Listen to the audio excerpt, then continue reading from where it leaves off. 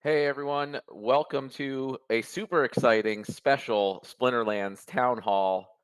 We pushed it up a week from our usual third Thursday of the month. It is the second Thursday of the month, April 10th, 2025.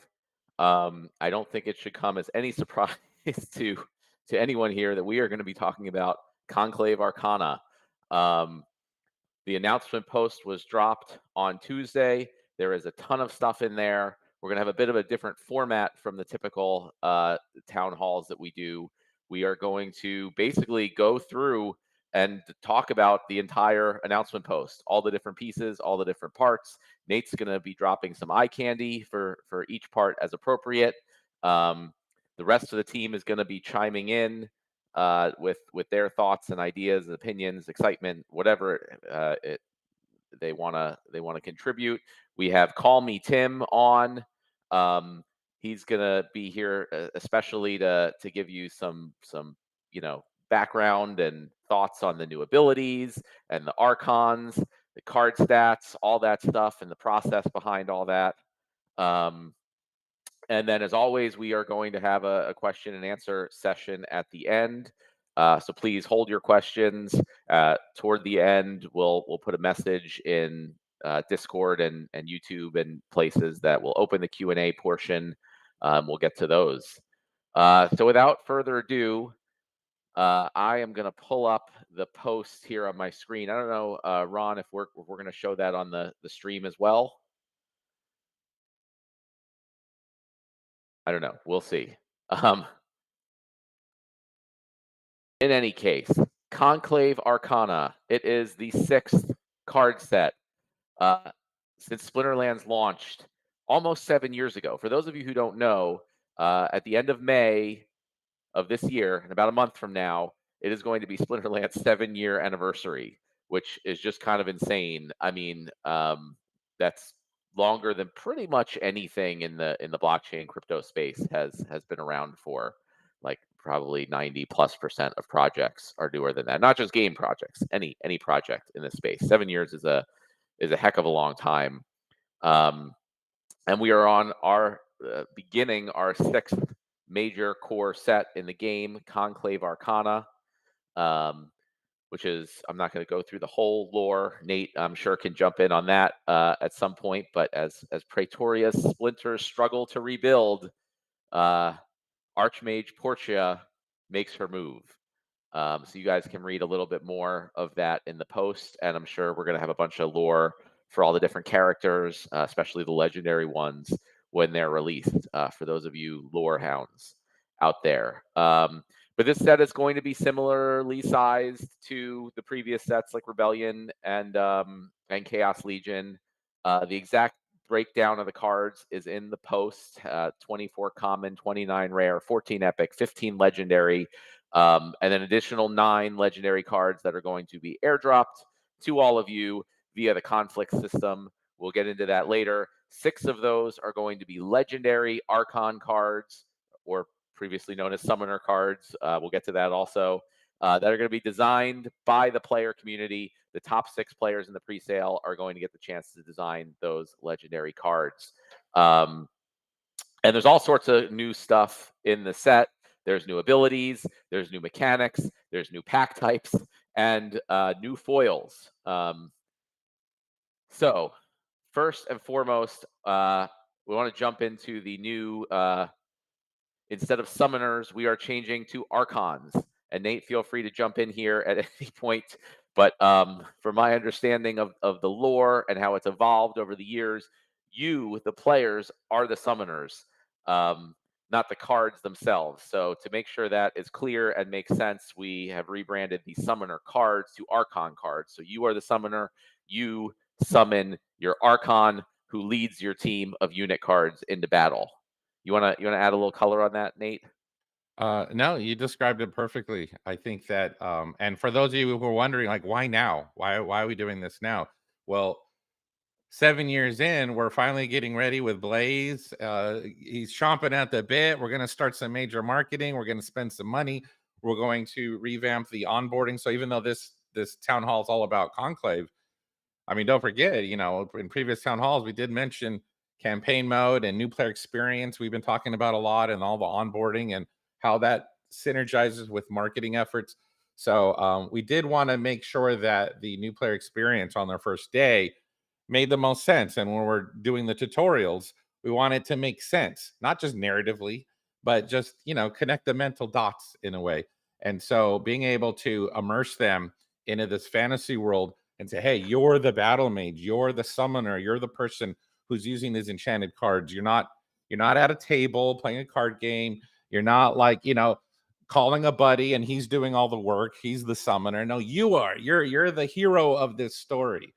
And so to align with that and to make sure that the communications during the onboarding experience and the tutorial were properly, that they were properly understood, then we thought, hey, now's the perfect time. And I was so happy that Matt was on board.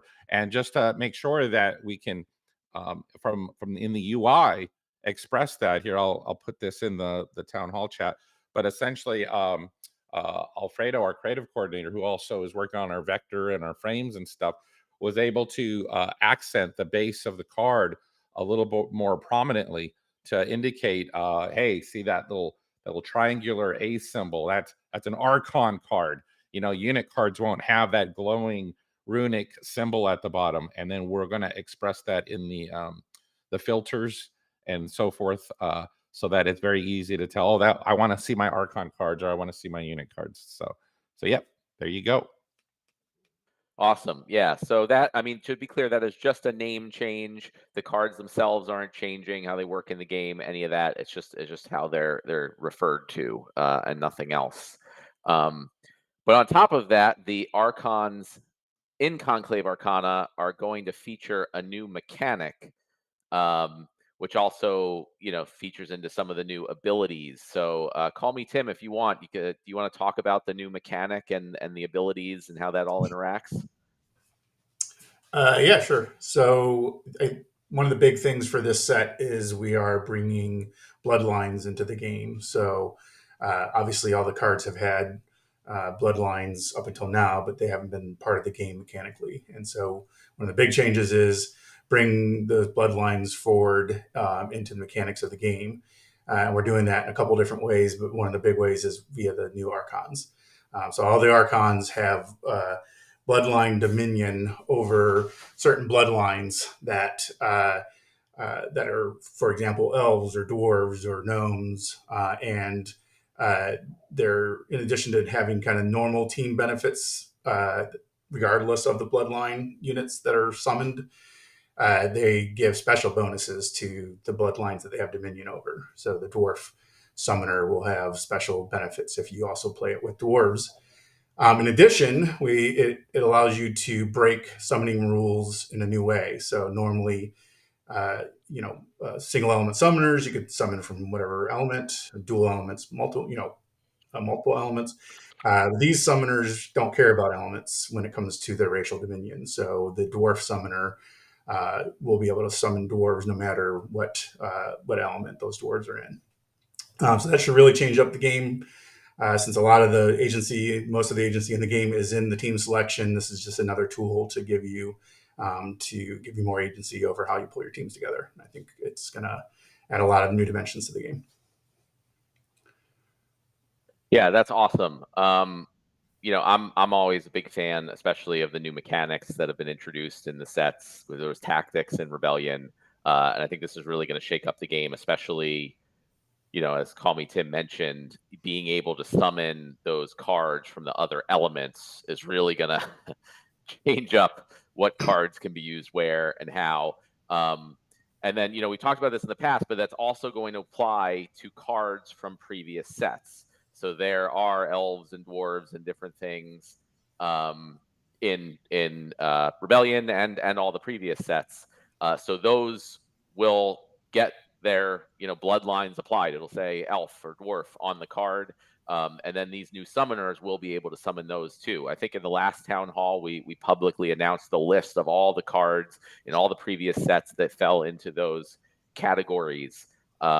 So if you want to pick those up, those cards, those older cards may have extra utility going forward with this new mechanic, which is also pretty cool. Yeah, just so there's no confusion, though, it doesn't break modern wild. So Yes. in wild, you'll be able to summon all those elves and dwarves. In modern, you can summon the modern elves and dwarves. Yeah. Very, very good point. So you cannot summon a wild elf in modern. So hopefully our elves will calm down and not be so wild. Do you also want to talk through some of the abilities, especially the bloodline related ones, but if there's anything you just want to highlight or share how cool they are or anything about them? Yeah, so I think two of the other kind of really significant bloodline related abilities that will shift things up as well are the fact that we're going to have in addition to the neutral element, we now are going to have essentially a neutral race. It's not exactly true. So cards with this attribute that I'm about to explain will have a race. They could be anything. They could be humans or elves or whatever. But a new ability that I don't remember what the non-playtest name is. Shapeshift, I think. Shapeshift. Thank you. Yeah. It's like they Shapeshift. have typo blood. What's that? They're like universal blood Yeah, type. they're universal owners. Yeah. So cards with shapeshift are treated as if they were all races or any race. So if you're using or bloodline, if you are using a dwarf summoner again, and you want to summon dwarves, you'll be able to summon dwarves from whatever element. But you'll also be able to summon these cards, these shapeshift cards, because they will be treated as dwarves for that purpose. And then, so again, it's just another tool for you guys, for us, because I play too, for us to use as we're building our teams, breaking some of these summoning rules. Those cards are going to be really interesting, I think, because they also interact with other bloodline-based abilities. And one of the other ones we're bringing in this set, and there will likely be more in the future, no promises, but probably, is a new form of martyr that we are calling Bloodline Tribute. Thank you. Bloodline Tribute. I play test names for everything internal, so I'm used to play test names.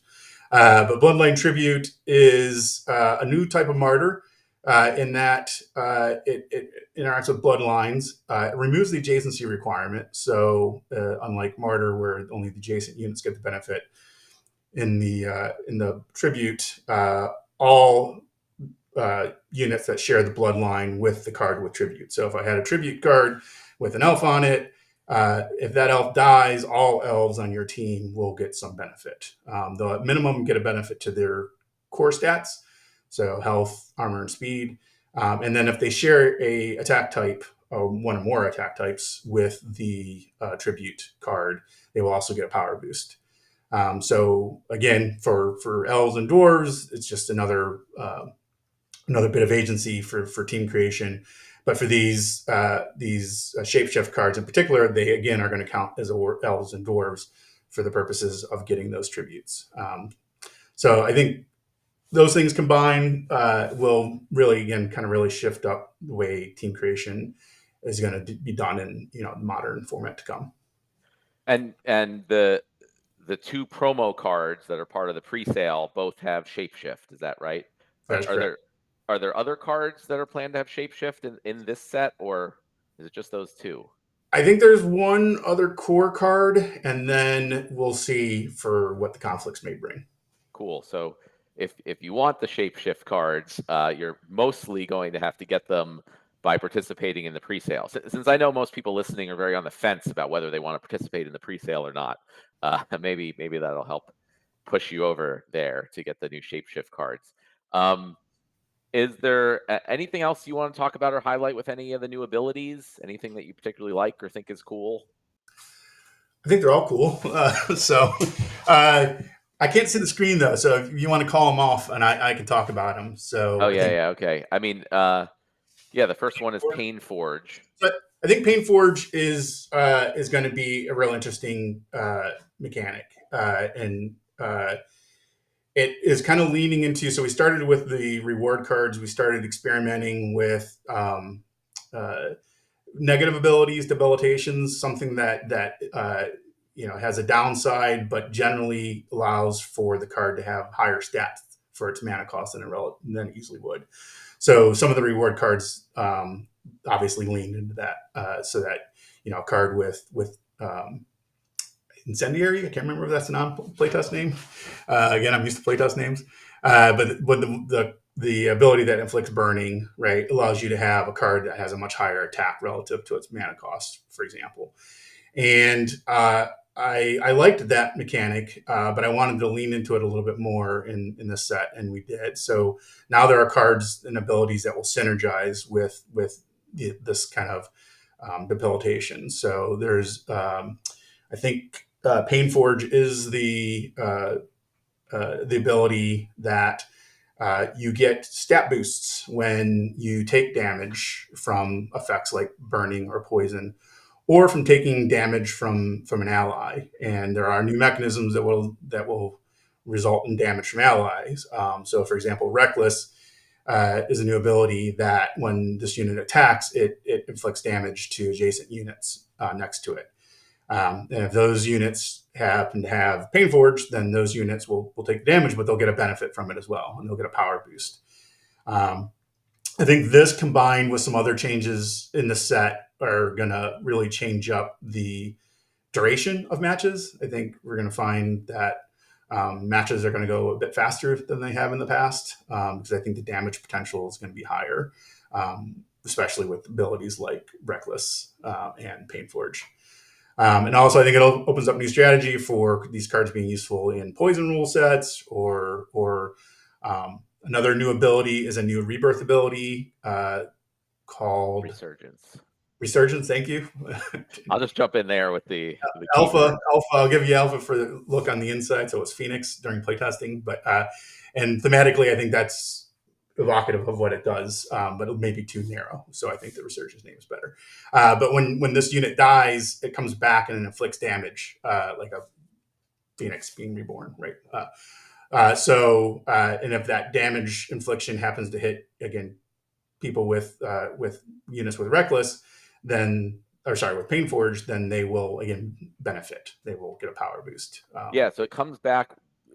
Not only comes back, it comes back with full health, which is different than Resurrection. And it also deals 1 damage to all units, not just friendly units. So it sort of does, a global AoE. And again, if you have Painforge, you can benefit from that. So it's, a lot of combo potential, I think, with all this.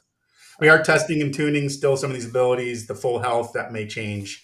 As of right now, it's testing good at full health, but we may tone that down a little bit. We'll see. That's a good point. Before we go on, I want to mention that we're going to talk about all this stuff in the call, and even the things in the post, especially around the abilities and card stats. Those are all still subject to change until they're actually released. We're doing our best, obviously, to get to a point once things are announced where they don't change too much. But I just want to throw that out there. And that brings me to another point to mention here. Do you want to talk about the process for testing and doing all this time? Because it's been different than what we've done in the past. Yeah, it's been a lot different than what we've done in the past. So I think we really amped up our testing efforts, both internally as well as externally. And so we went through. When things start, I do a lot of stuff from a statistical standpoint to try to get mana curves and average mana costs and little league representation and even and odds and all that kind of stuff, right? So a lot of kind of spreadsheety kind of work to say what should the shape of the set generally be like, and then start iterating on some really rough card concepts, which kind of go through the gauntlet internally. We've done that in the past. I think we definitely ramped it up this time, more people internally participating and for longer periods of time. I think that really allowed us to iterate in a really good way. And product as a result, I think, shows that. But one of the other areas where we really work collaboratively with the community on is to get players involved and community members involved in testing as well, and making cards available to them and abilities and cards available to them.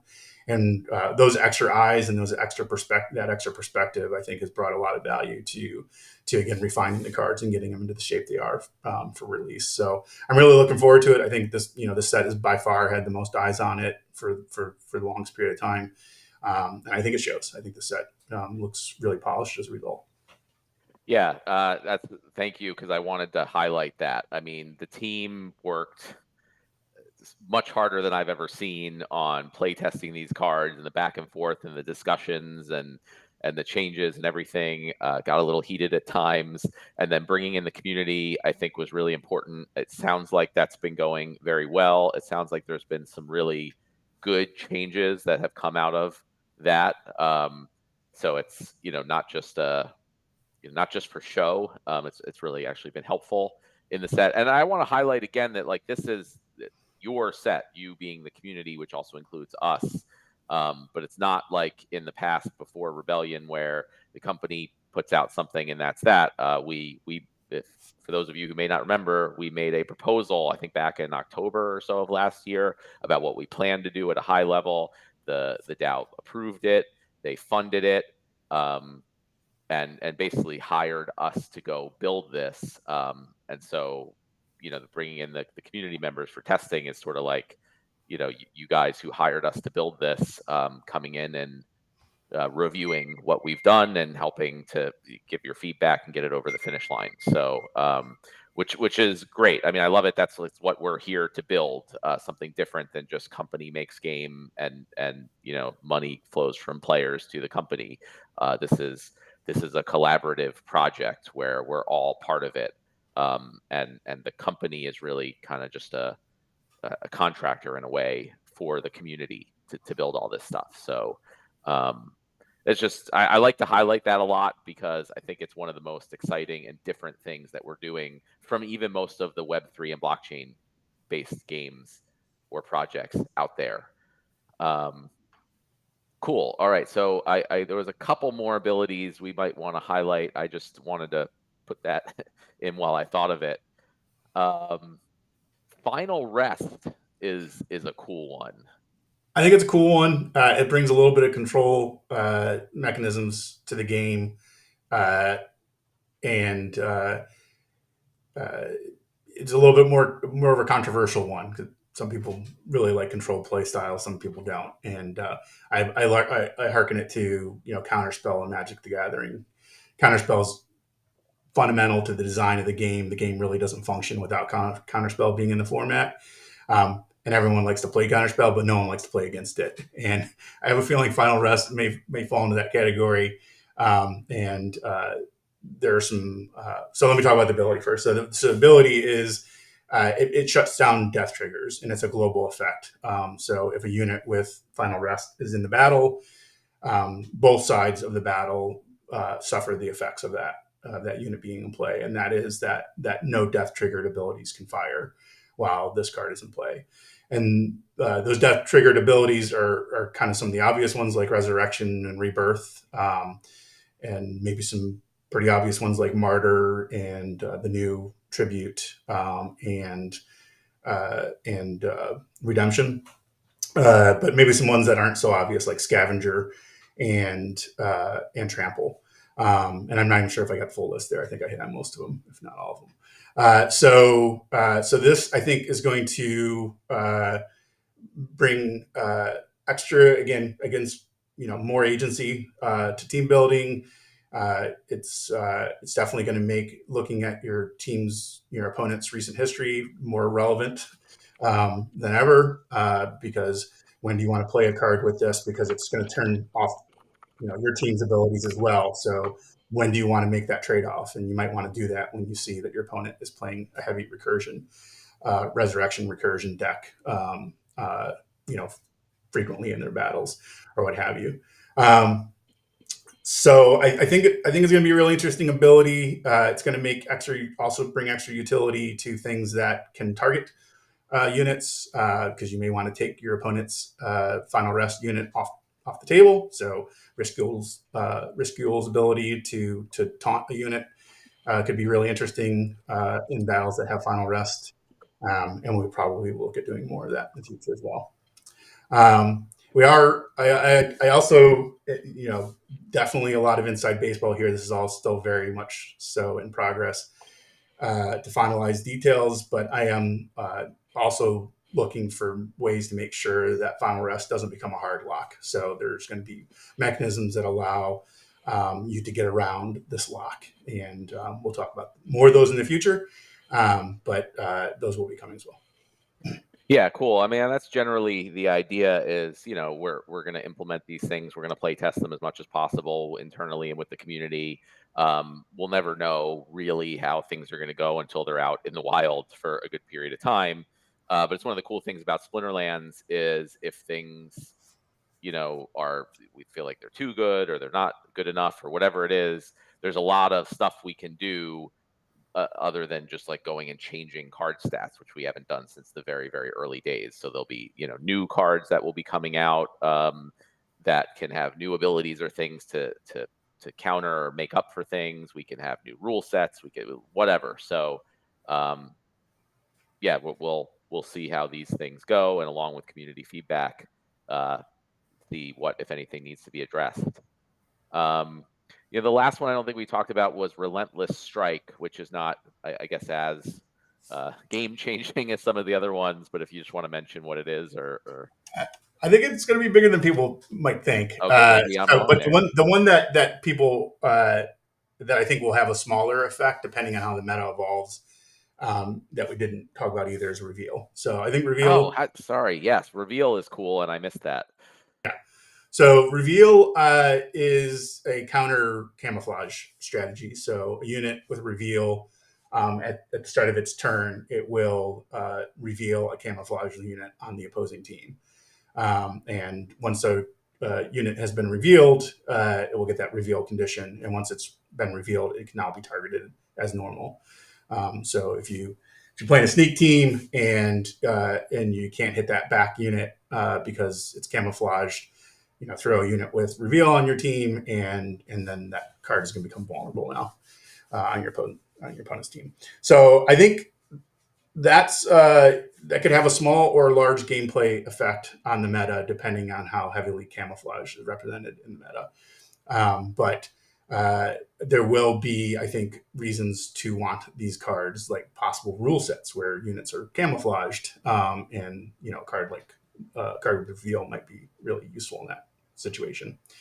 There are also some very key wild strategies, especially modern now, but soon to be wild strategies that rely on camouflage teams. And again, this card, I think, this ability will be a staple in wild, even if it has a more moderate effect on modern. The Relentless Strike, though, I think is an interesting one. It's just all about, again, kind of making battles go a little bit faster and to try to prevent hard locks from occurring in the game that lead to fatigue. So units with Relentless Strike bypass damage avoidance from abilities like Shield, Force Field, and Void.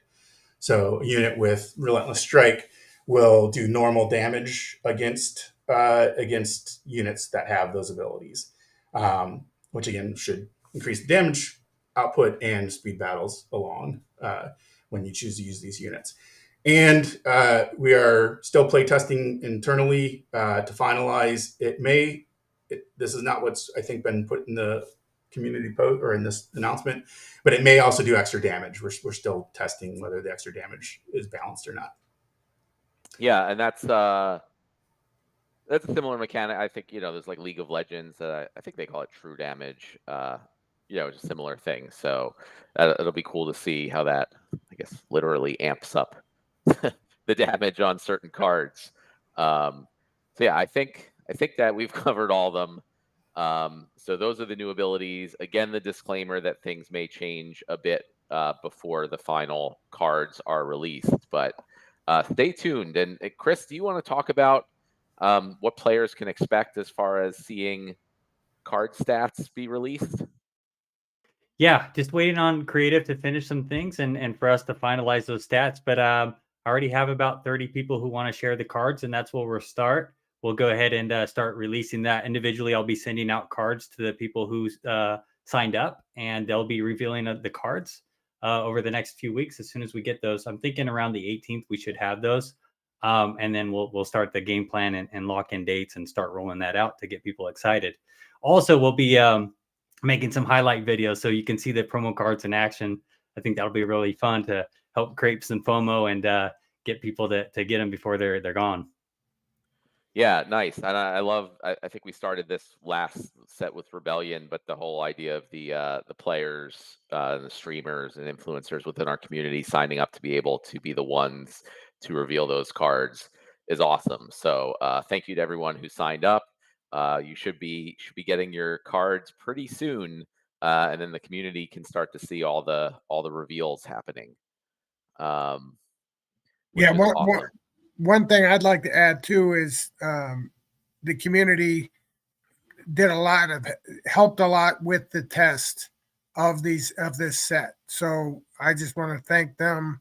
You know, Jangles led the group, and they put a lot of time, and they really helped the team, Bob and the internal team. You know, really make some final fine tune to the set, and I think that's going to be pretty exciting. For you guys to see how it comes out too. So. Yeah, it was really cool because we really worked hard on getting the power curve and getting all the stats dialed in. And there was plenty of cards that we had questions on ourselves. It's like, is this working? Let's just wait for the community and see what they have to say. So like a lot of cards that we had highlighted, they brought up, and then we got with Bob and knocked it out. So it's coming together very well, very well. Best set ever, gentlemen, ladies and gentlemen. I mean, I am so hyped about this set. I'm even talking about adding bounties to cards I want because some of those epic cards are going to be really hard to get. So yeah, I'm stoked internally as helping the team build, and then externally as a player, I just want to get my hands on these cards as quickly as I can. Well, speaking of getting your hands on the cards, there are new ways to get your hands on the cards that have never been available before with any previous set. Of course, I'm talking about the 3 new types of packs. So in the past, there had just been standard 5-card booster packs that we are all familiar with. But starting with Conclave Arcana, we are also adding starter packs, alchemy packs, and legendary packs. Again, there's more details in the announcement post, but I'm gonna talk a little bit about these and the thinking behind them and the math. And again, anyone can feel free to jump in. But this is something definitely some other games do. In particular, for me, like with Magic: The Gathering, I don't know how many years ago introduced collector booster packs, which I thought was awesome because I'm more of a collector at this point than a player. So I didn't like having to open like 100 regular booster packs to get like 1 or 2 really rare cards that I like, and then I have a huge pile of duplicate cards or cards that I don't need. I have boxes and boxes of those in the basement. So I really like their collector packs, which were more expensive, but they guaranteed the higher rarity or the special foil cards. So we're implementing the same thing here. First, going the other way is the starter packs, which are going to be 1,000 DEC or $1 in credits. So this will be good, obviously, for newer players who are more interested in building up a large collection and not necessarily as interested in getting the more expensive legendary or gold foil cards. So you can get 5 cards for a quarter of the price of a standard booster pack.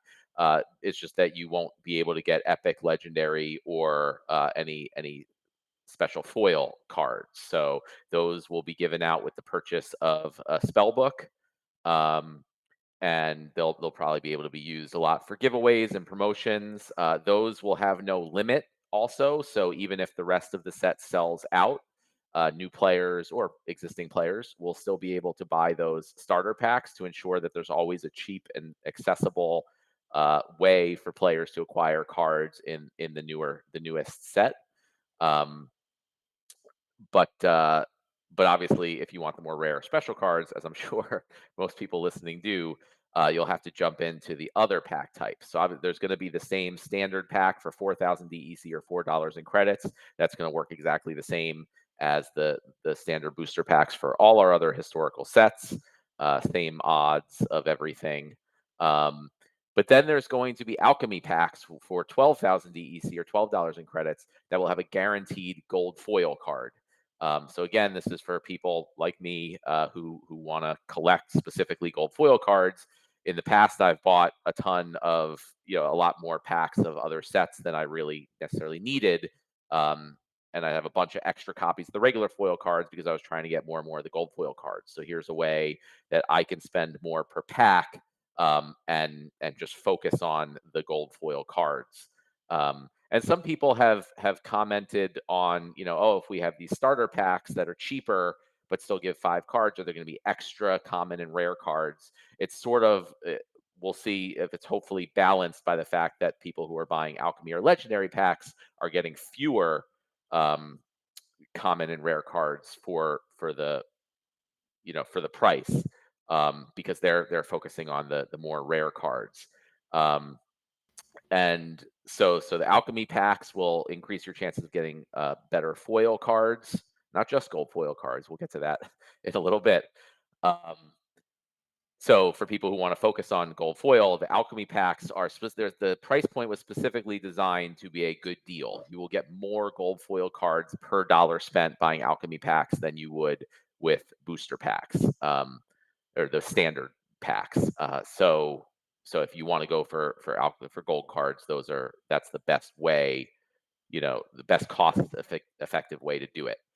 Similarly, legendary packs, if you couldn't figure it out, will have a guaranteed legendary card.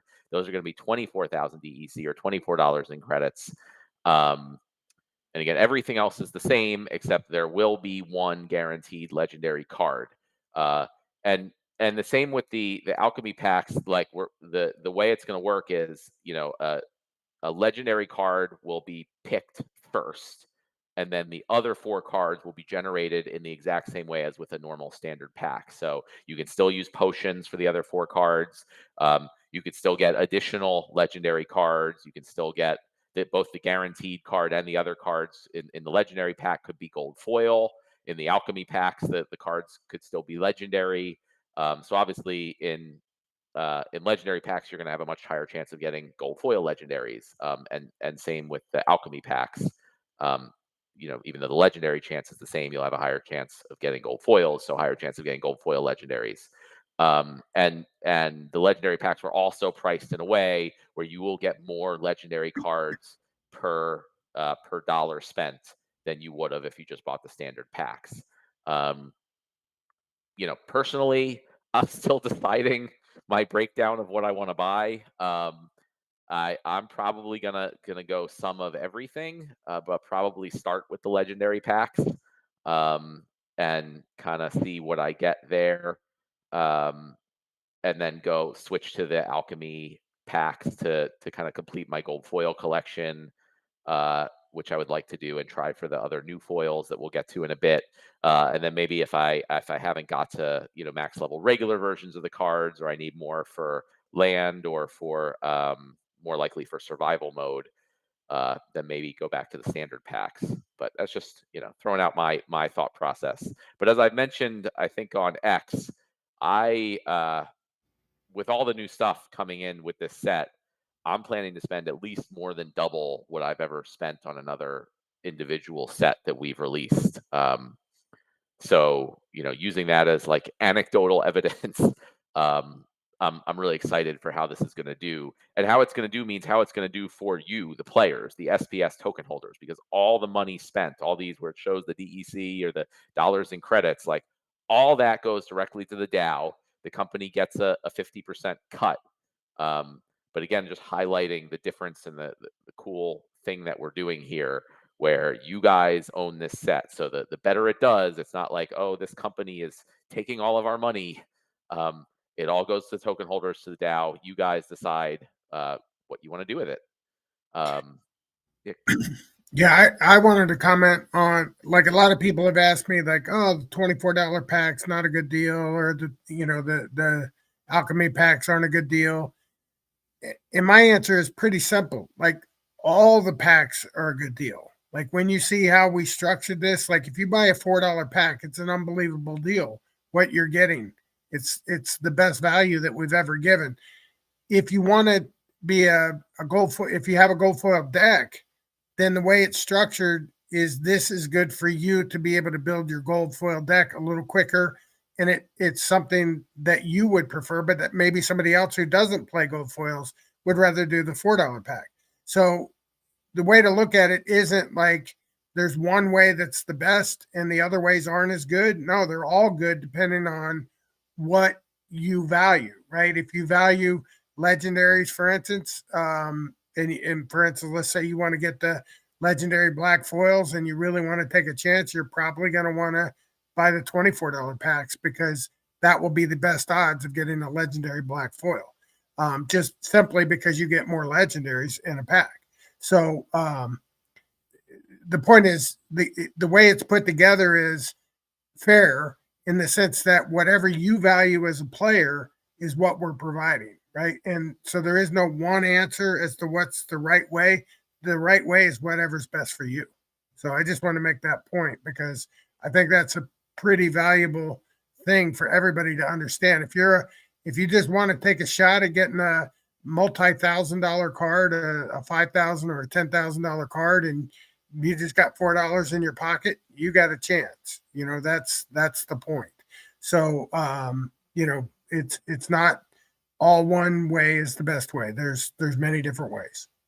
Yeah, and that's also the whole idea of all these different pack types, right? So in the past, there was one pack type. If you want to buy packs, you buy that pack, and that's it. That was good for some people, might not have been ideal for other people. So now you have the starter packs, you have the regular packs, you have the alchemy packs, you have the legendary packs. So you can pick whichever one works for you. If one doesn't seem like a good deal, don't buy that one. No problem there. We're trying to give something for everybody. We have lots of different players with lots of different preferences here. Anyone else have any comments on the pack? Or we can jump forward, and this is the big one. The big section here is the new card foils. This is something I really wanted to do for a long time.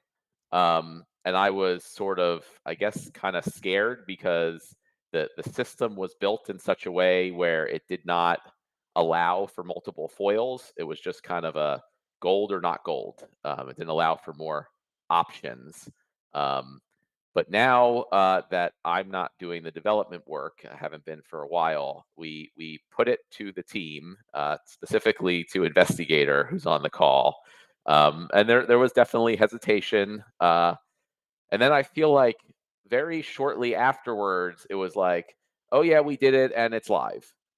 Um, Live as in like the change to the back end system to support more foils was done. I don't know, Investigator, you haven't chimed in yet. I don't know if you wanted to talk about some of the back end behind the scenes work on the new card foils. I mean, there's not that much exciting to say about the back end work. It's basically before we just had is it gold? Yes, no. And we moved everything over to a new foil field, which supports a number so we can have however many types of foils we want. We just have to write specific handling for each one. So in the past, we only really had like, is it gold? Is it not gold? And now we're adding in, is it gold or is it black foil? Do you want to add some color on move everything over? I just want to highlight like how much work you guys do on that. Oh man, did Investigator just drop off? It was, I think. Oh, okay, it's just on my side. Okay, on my screen, he dropped off. But yeah, I want to highlight to the community here, like, how much you do in the background that they don't necessarily see.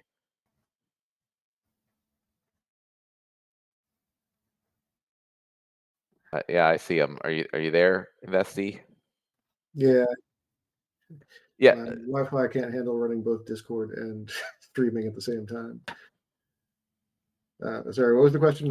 It was just I wanted to highlight, like you said, like we had to move everything over. If you want to add a little more color on that, I wanted to like let the community know how much work is involved with this stuff. So there is rewards for battles because gold gives you a bonus. There is burning cards combining cards, which we're not going to let you do with black foil because they're maxed.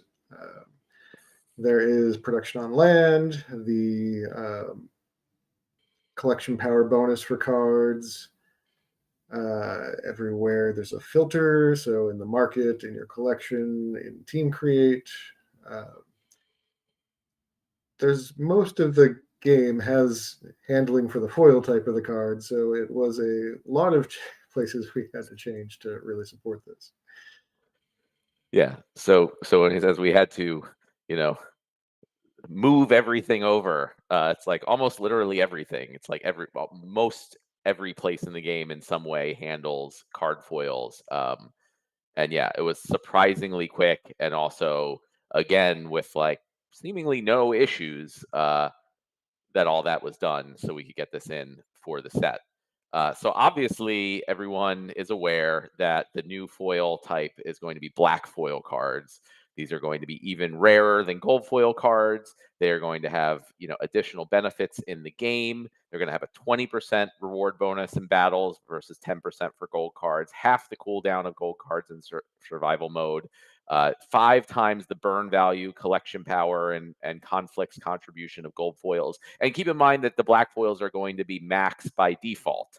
So if you get a black foil card, it will be max level, and it will be 5 times the burn value and collection power and all that stuff of a max level gold foil card.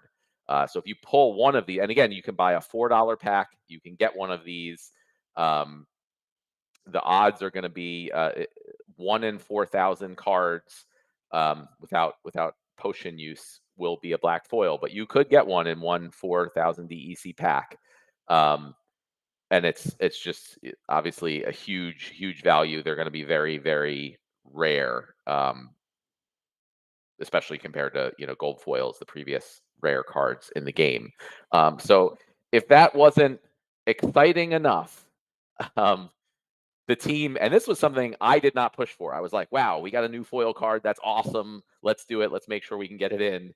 And then the team, which Dave has been doing a really good job helping, coming in and organizing and being on top of all this stuff, came and said, well, we also want to do this other cool thing, which is we're calling a variant for both gold and black foil cards.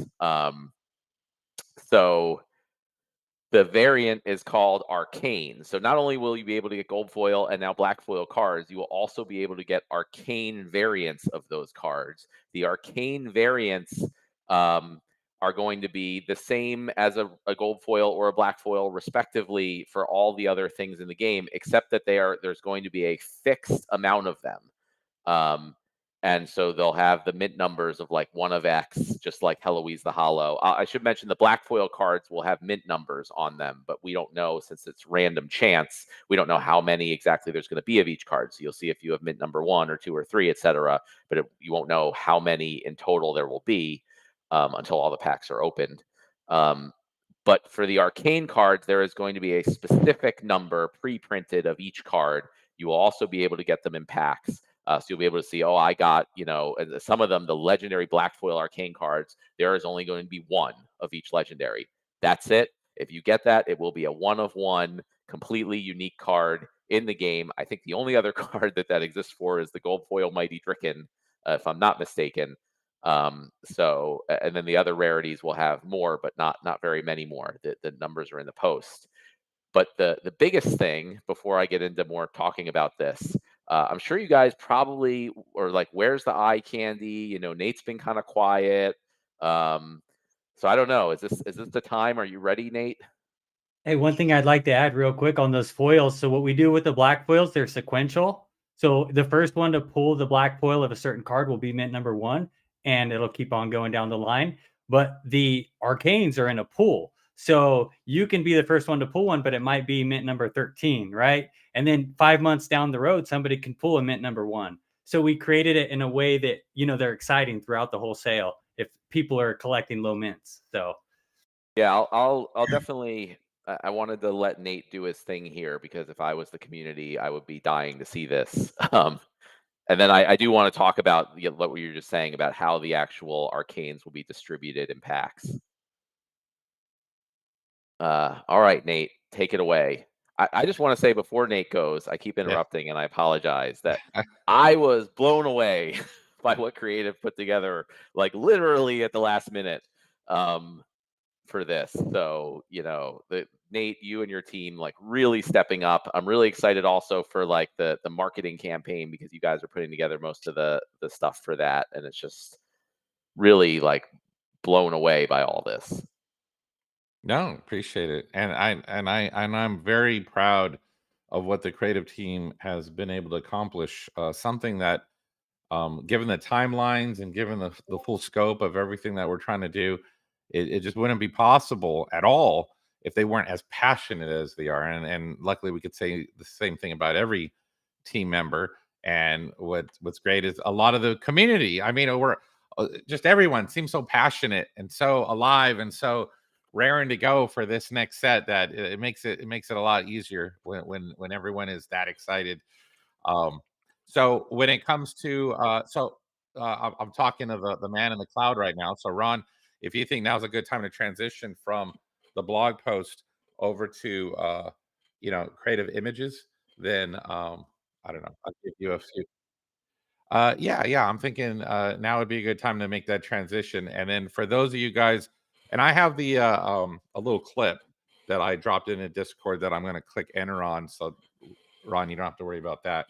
But if you can prep that little teaser of the arcanes, then basically, yes, we're very excited. This has been a brainchild of Blaze, who's wanted this forever, and Dave, who said, "You better get it done."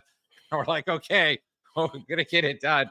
And the fact that we ended up with gold foil and black foil arcanes, again, that just came from brainstorming and exploration and on the creative team, and I'll get into that in a sec. But if Ron, if you're ready, then I'm ready, and I'll click enter on my end.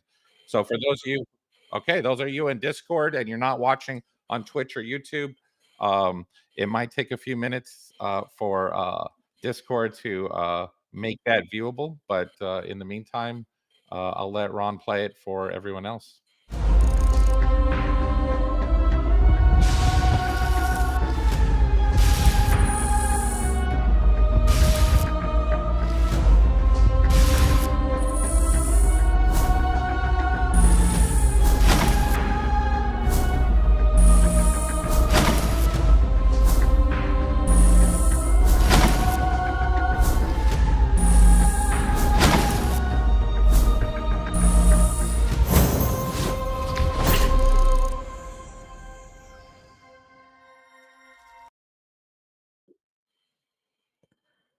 Okay, I don't know exactly about the timing. So Ron, am I back on? They can hear me? All right, cool. So you guys saw the video. I had no idea we were even making a video to show this. I initially thought it was just going to be, we just have a animated GIF image or something. And then Nate's like, no, we're going all out. Again, like, getting ready for marketing pushes and having really cool, exciting assets. And I think they really knocked it out of the park. So Nate, do you want to talk about the whole process behind making these cards and these effects?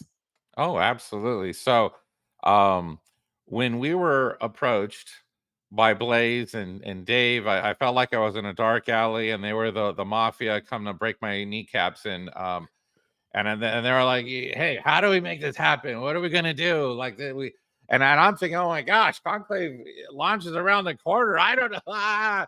And then Dave's like, "Well, do we throw money at it? You need more people. How do we get the obstacles out of the way so we can make this happen? It's that important."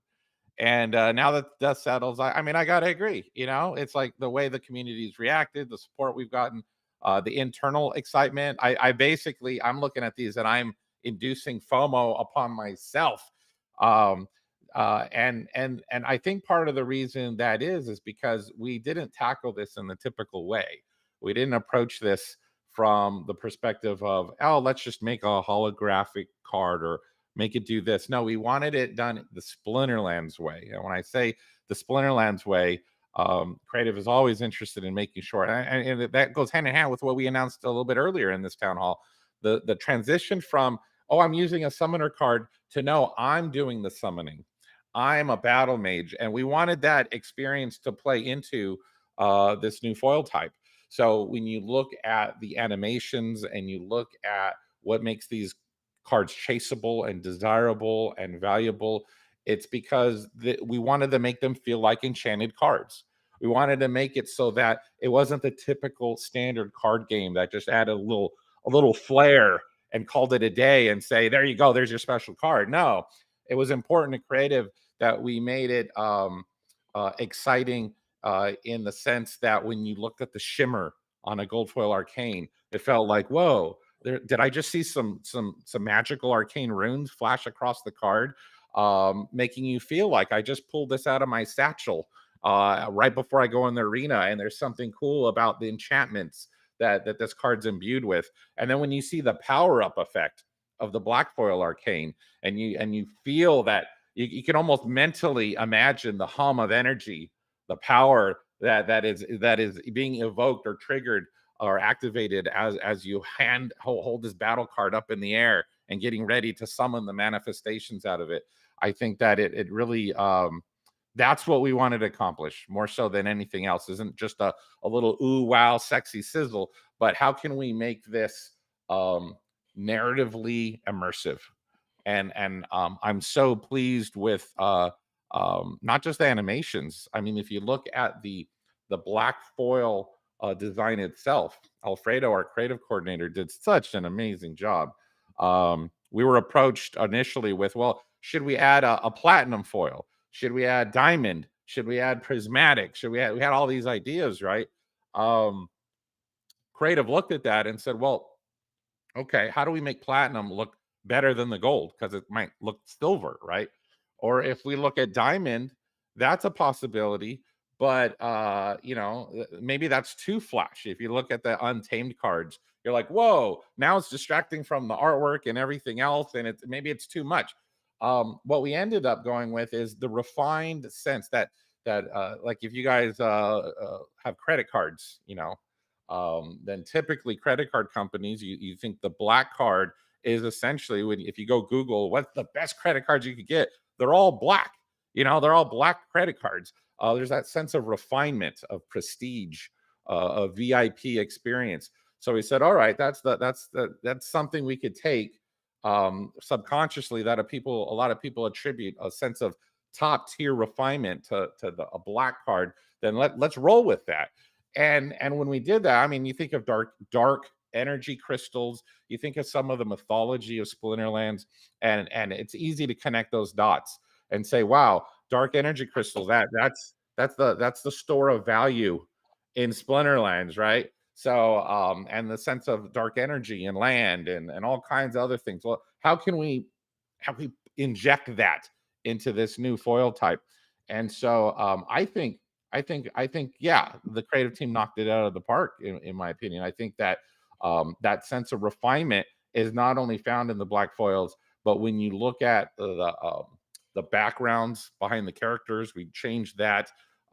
We changed a lot of different aspects of the card to make sure that it's not only a sense of refinement, it's just the cool factor got dialed all the way to 100 million. It's like you look at these things and you're like, holy crap, that just looks cool.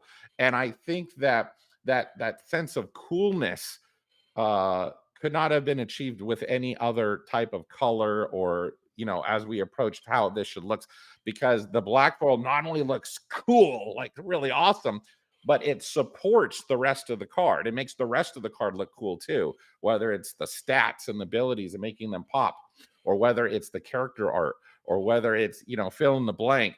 It doesn't say, hey, just look at me. It says, hey, not only do I look cool, I'm making everything else around me look cool as well. So I think from when we designed it out and we thought about methodically and strategically how we wanted to execute on this new vision, or this new, hey, let's do this, then that's how we went about it.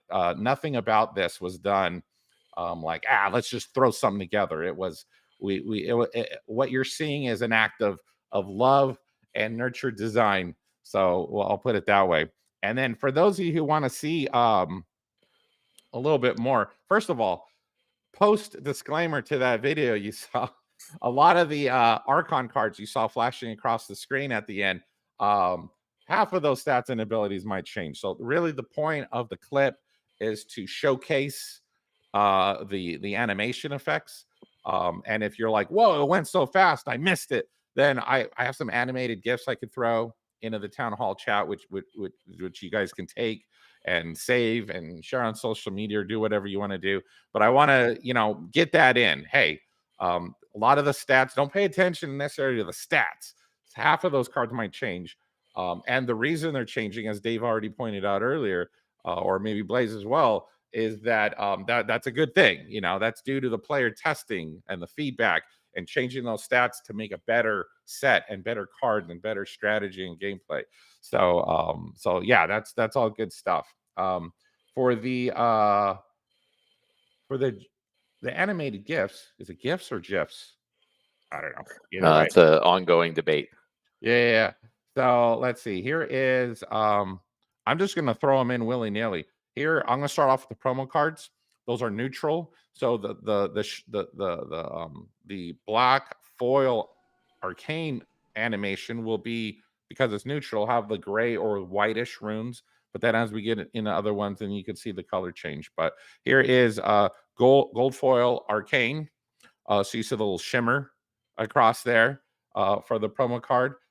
We could do the same thing for the scary and horrifying Grommel the Hunger. And while I show these, I might as well, I love the lore. Basically Portia and the Conclave, who are the bad guys in this set, have summoned from the Chaos Realm, another dimension, another plane of existence, these creatures to, go about eliminating threats or enemies, or due to their shape-shifting abilities, they're able to infiltrate governments and kingdoms and guilds and organizations. And when the enemy least suspects it, they just go nutso and just literally not only destroy everything around them, but consume them as well. For instance, Grammel the Hunger, his lore is, in order to get that shape shift ability, which is 1, 2, 3, 4, the fourth ability on his card, he literally eats people, and then after he digests them, he takes on their appearance. So that's pretty gruesome lore, but it's pretty cool at the same time. And then let's take a look at Black Foil Arcane. This is for the Arcane Skinwalker, and then let's also look at Grommel the Hunger. So we can take a look at those guys and just enjoy the power up animation, is what I like to call it. We could also take a look at Bella. Bella is an Uland. She's also an Archon character. I was told these stats are probably legit. Like, they're probably gonna be okay. Of course, everything's subject to change, but Call Me Tim and Royal Eagle told me, yeah, these are probably gonna stay how they are. So I guess there's leaking at least a little bit alpha for those who want to speculate on strategies and how to utilize that card, assuming the stats stay the same.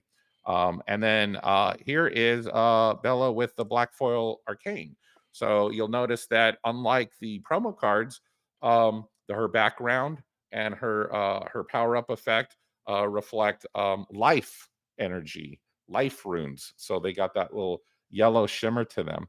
And then I was asked originally, I think it was yesterday, Dave and Matt was like, well, can we share it all in one image? And even though I'm not showing all the different card types in one image, and you saw the video clip, we try to do that linearly, I can show at least one character, all the different foil types. And then for those of you guys out there who want to try to somehow get that into one clip or one image, then at least you have the resources and assets to do that. So let's start off with Razzie Clanktrap, who was a gnome from the death element. She is, here we go. And by the way, just a little bit of fun lore. All the Archons are basically leaders of various splinters that consist primarily of obviously specific races or bloodlines. And so the Archons are actually, story-wise, are the leaders who are trying to do something about the fact that the Conclave is searching for the secret of Praetoria and use it for evil purposes. And so I love how Joey, our narrative lead, has kind of spun a tale that explains all the different segments of the card set, how they are fighting against one another, and how you, the battle mage, are playing a part. And that introduces aspects of land in the League of Verico, which is the organization that kind of runs the infrastructure for all these regions throughout Praetoria. But anyways, now I'm rambling. So here is there's the standard foil, there's the gold foil. Let's move on to the gold foil arcane now, which is the next tier up from gold foil. And then from there, we're going to go to black foil, which is the next tier after that. And then finally, we'll end with a Rousey black foil arcane card. And I apologize. Some of these assets were made before certain final determinations were made with the announcement post. And so you'll notice that maybe in the corner, it says 3 out of 25. I think for rare, I think the limit is 10, if I remember correctly. So, there's little things in there. If you guys spot little discrepancies with the blog post or something, hey, these are just concepts for you to just kind of see the cool visuals. I'm trying to think of what else I can have fun with here. I would say that while you have that card on the screen, people were asking about what's that new ability, and you might want to point out the linking and how that. Absolutely. So that is the Pain Forge. In fact, for those of you who there's been a lot of speculation on the promo cards, like particular Grommel, the Hunger. They look at these little icons and think, is it that one? Is it that one?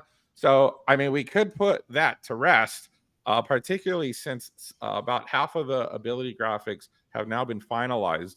And why not? You know what? I'll share these now. And then call me Tim. Feel free to interject. That one specifically, before it goes off screen, is the racial tribute icon, which links. So this is one of the Bloodline tribute. So this is one of the Bloodline summoners, and the first ability, close range. That's not new, and that's a team wide buff, just like a typical summoner would have. But the next two icons Bloodline tribute or Dominion.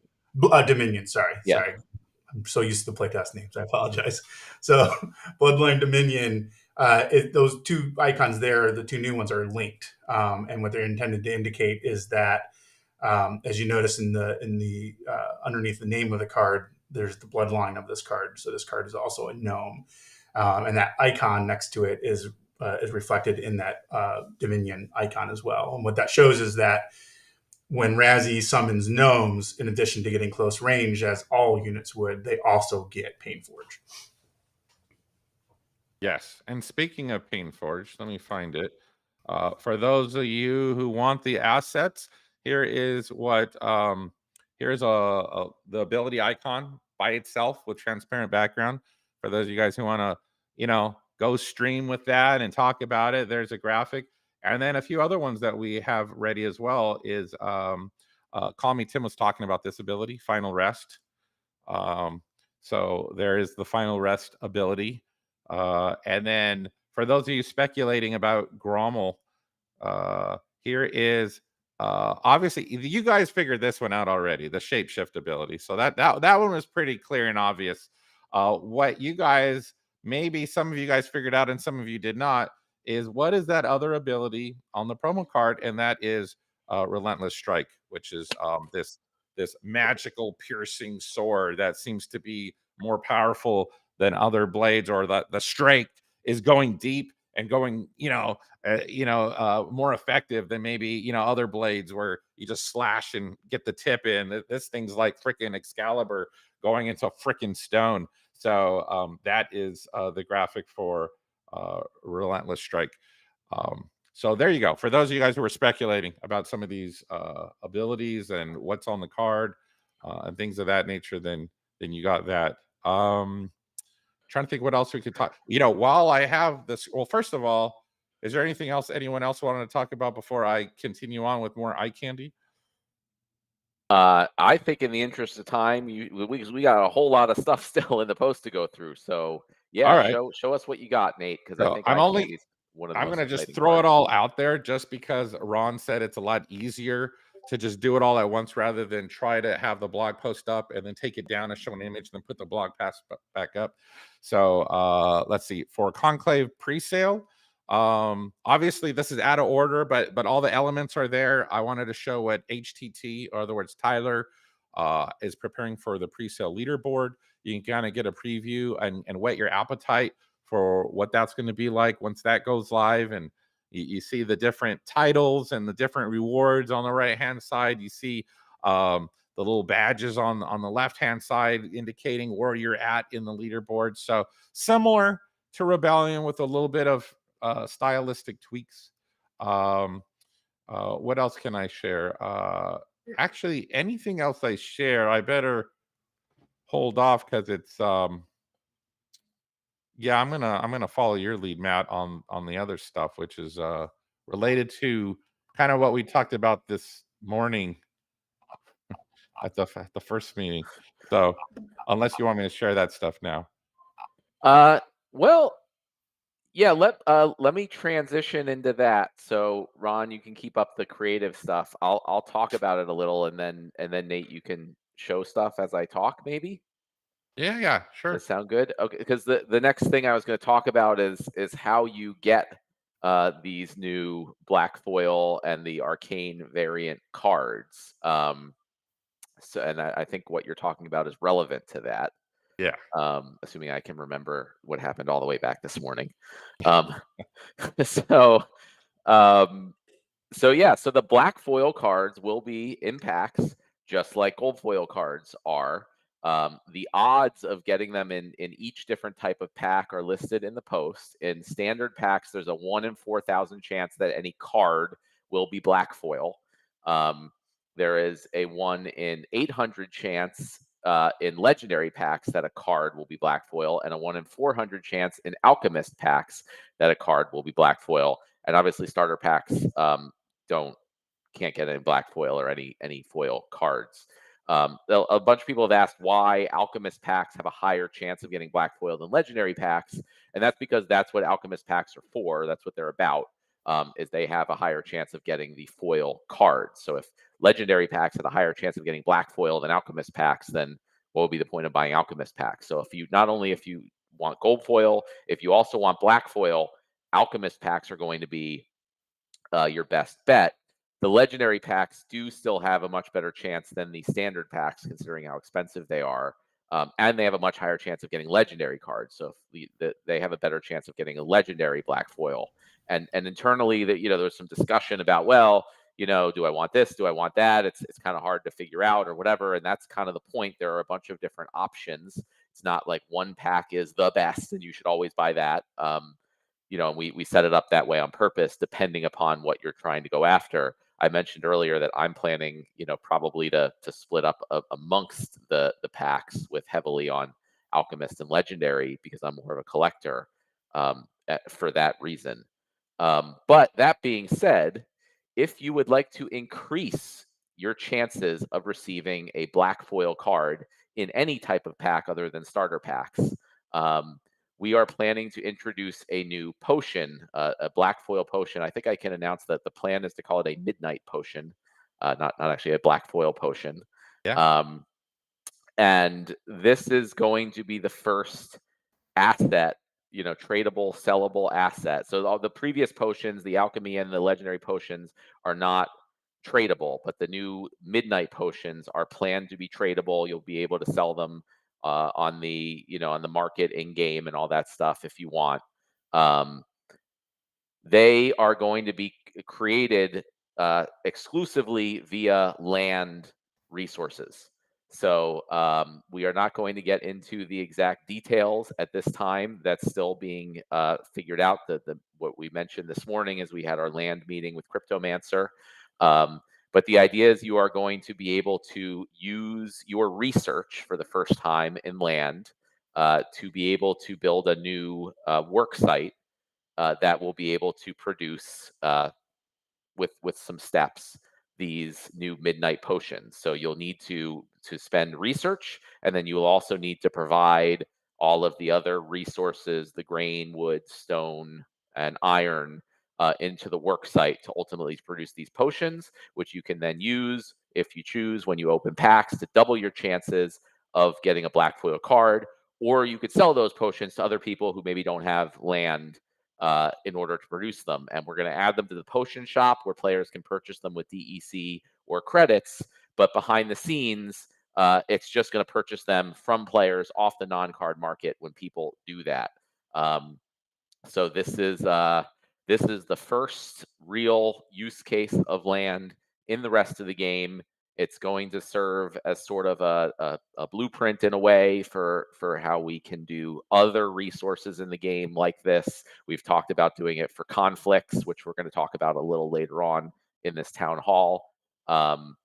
So yeah, and we plan to release that hopefully a couple weeks in advance of the Conclave Arcana set launch. So the set launch is scheduled for May 13th.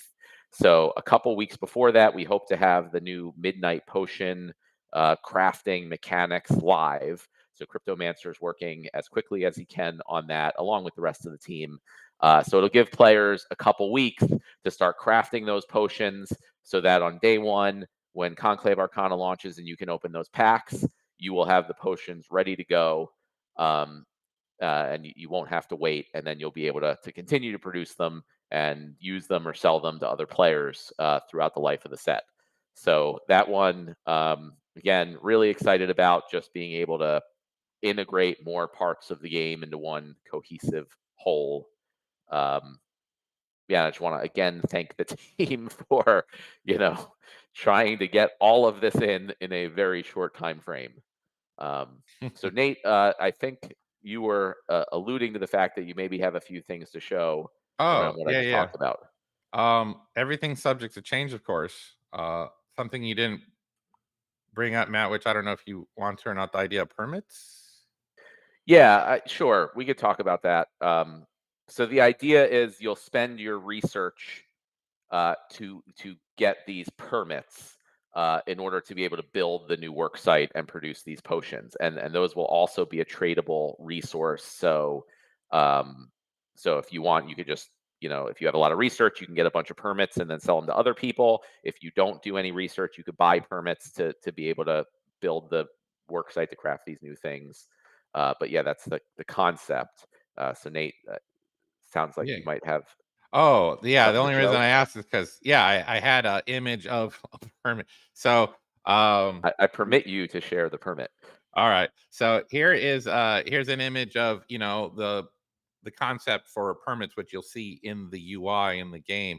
Essentially, the idea being that I think Matt's original white paper doc specs had blueprint, and we said, "Hey, can we change it to permit?" And Matt was like, "Yeah, do whatever you want." So the idea is that the League of Erico is essentially checking to make sure that you are legit, like you know what you're doing before you go creating experimental magical buildings that might blow up, a good portion of the region. Like, hey, do you guys know what you're doing? So they review all your research. You hand them over a bunch of your findings from excavating in the ground. You found some artifacts and tablets and scrolls, and you're like, yeah, I know what I'm doing here. Here's proof. And you give them the research, and then they say, oh yeah, you're good. And they hand you a permit, and using that permit, you can now construct a new building. And what is the new building? It's a work site, which we're calling the Aura Lab, for harvesting aura. And here is the concept that I actually just got like early this morning. Like it was just in time. So we have there's the new building that you'll be able to create with the permit. The output of that will obviously be aura that transitions into the new midnight potions that Matt already talked about. And we have Alfredo did a great job with that one. I think it looks cool. As cool as probably the coolest potion in the shop, as far as I'm concerned. So being able to finally, I mean, the trade hub's cool, liquidity pools are cool, but this is a big milestone event for sure. I mean, if you're a landowner and you invested in land so that you can set up shop and have a storefront and be able to have an online business in a very real way within the Splinterlands ecosystem, then it's not items and spell cards, but crap damn. I think that is a lot of people excited about the new foil types and the fact that you can create a product to support something that cool. I mean, I don't know about you guys, but I feel like the demand will be there. Like I'm ready to buy the freaking things myself. I want to find some black foil arcanes. Give me some freaking potions. So, you know, whether I'm making those potions or buying them from other people, I think demand's going to be through the roof. So I'm pretty excited. It's pretty cool. I just want to clarify one thing. The potion is going to increase your chances of getting black foil cards, not the arcane cards. Oh, okay, Wanna- black foil. the Good, next good. thing we're going to talk about is how you get the arcane cards. Yeah. But yeah, the potions will double your chances of getting just the regular black foil cards. But I mean, they might be overshadowed, no pun intended, you know, by the arcane cards. But the black foil cards are going to be quite rare. You know, I've done a bunch of math, which I didn't really have right in front of me. I probably should have pulled up, but there's obviously it depends on how many packs are purchased and how many packs are opened. Um, but you know, considering you know the chances of getting a black foil legendary card are extremely low, and then there's you know going to be 15 legendaries to start up to 24 once all the conflict airdrops happen. The actual number of regular black foil versions of each individual legendary card, and even all the way down to common cards, are going to be very small, very, very small. So while the arcanes are like the super rarest collector items that there will be, the black foils themselves will also be extremely rare. They're all max level. They have all these benefits. So yeah, I mean, I'm not going to open a pack without these potions at all. So I'm going to need to make sure my land is organized enough to craft them before that happens. Um, so are we good, Nate? Can I Yeah. Ron could go back to the announcement post and we keep going. Okay, yeah, let's switch back to the announcement post. I want to talk about how to get the arcane cards, both the gold foil and the black foil, since we just talked about how to get the regular black foil cards. So the arcane cards are also going to be in packs. So you can buy the packs like normal. You can open them. You have a chance of getting these arcane cards of both foils. Everything except for the starter packs. Again, the starter packs do not have a chance of getting any of these special new foil cards. So the arcane cards in the post, it lists the number of gold foil and black foil arcane cards for each card that there's going to be. So like for each common card in the set, there is going to be 20 black foil arcane cards and 50 gold foil arcane cards. They're all going to be minted ahead of time and sort of put in this special rewards account. And then whenever someone opens a pack, it's just going to look at how many cards are available in this special rewards account versus how many total packs of Conclave Arcana are available in total in the entire set, and that is your chance of getting the card. So that means that initially the chances are going to be lower because there's going to be however many millions of packs available in Conclave Arcana on day one. Your chances of getting one of those cards is however many cards there are divided by those millions of packs. But as time goes on and the packs get burned and the packs get sold, the packs get opened, the total number of packs remaining was going to go down and down and down and down.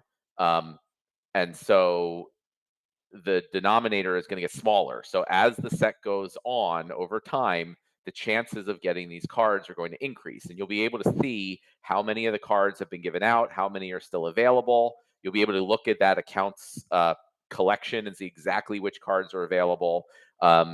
And we hope that this will also make the set really exciting as it goes on, especially as we get towards the end of the set and it's almost sold out. The chances of getting the cards that the arcane cards that are remaining will increase because there are just fewer and fewer and fewer packs available. So, it's partially that was the best mechanism we could come up with to distribute a fixed number of cards over an unknown number of packs. We don't know how many are going to be sold, but then it also kind of turned into a really cool way to make opening packs potentially get more and more exciting as time goes on. You know, where we didn't really see a big like FOMO at the end of the Rebellion set. We're hoping that this will really entice people when we get to the end of Conclave Arcana in roughly a year. It can get really more exciting because you'll see exactly like, oh, there's a few of these one of one legendary black foil arcane cards left, and there's only X number of packs, and you can decide whether to open them or not. And for this,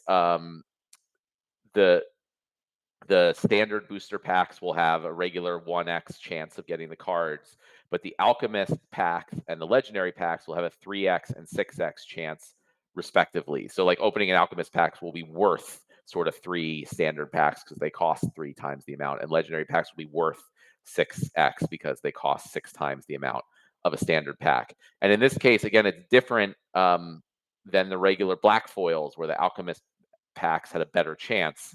And the reason is because this is not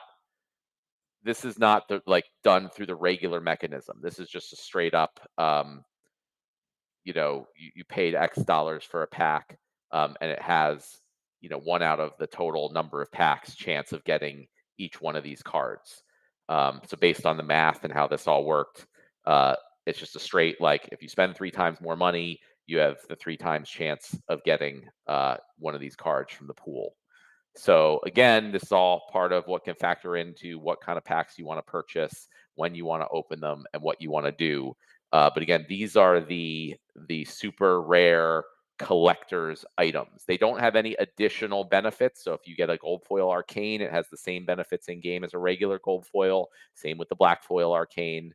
They're all max level.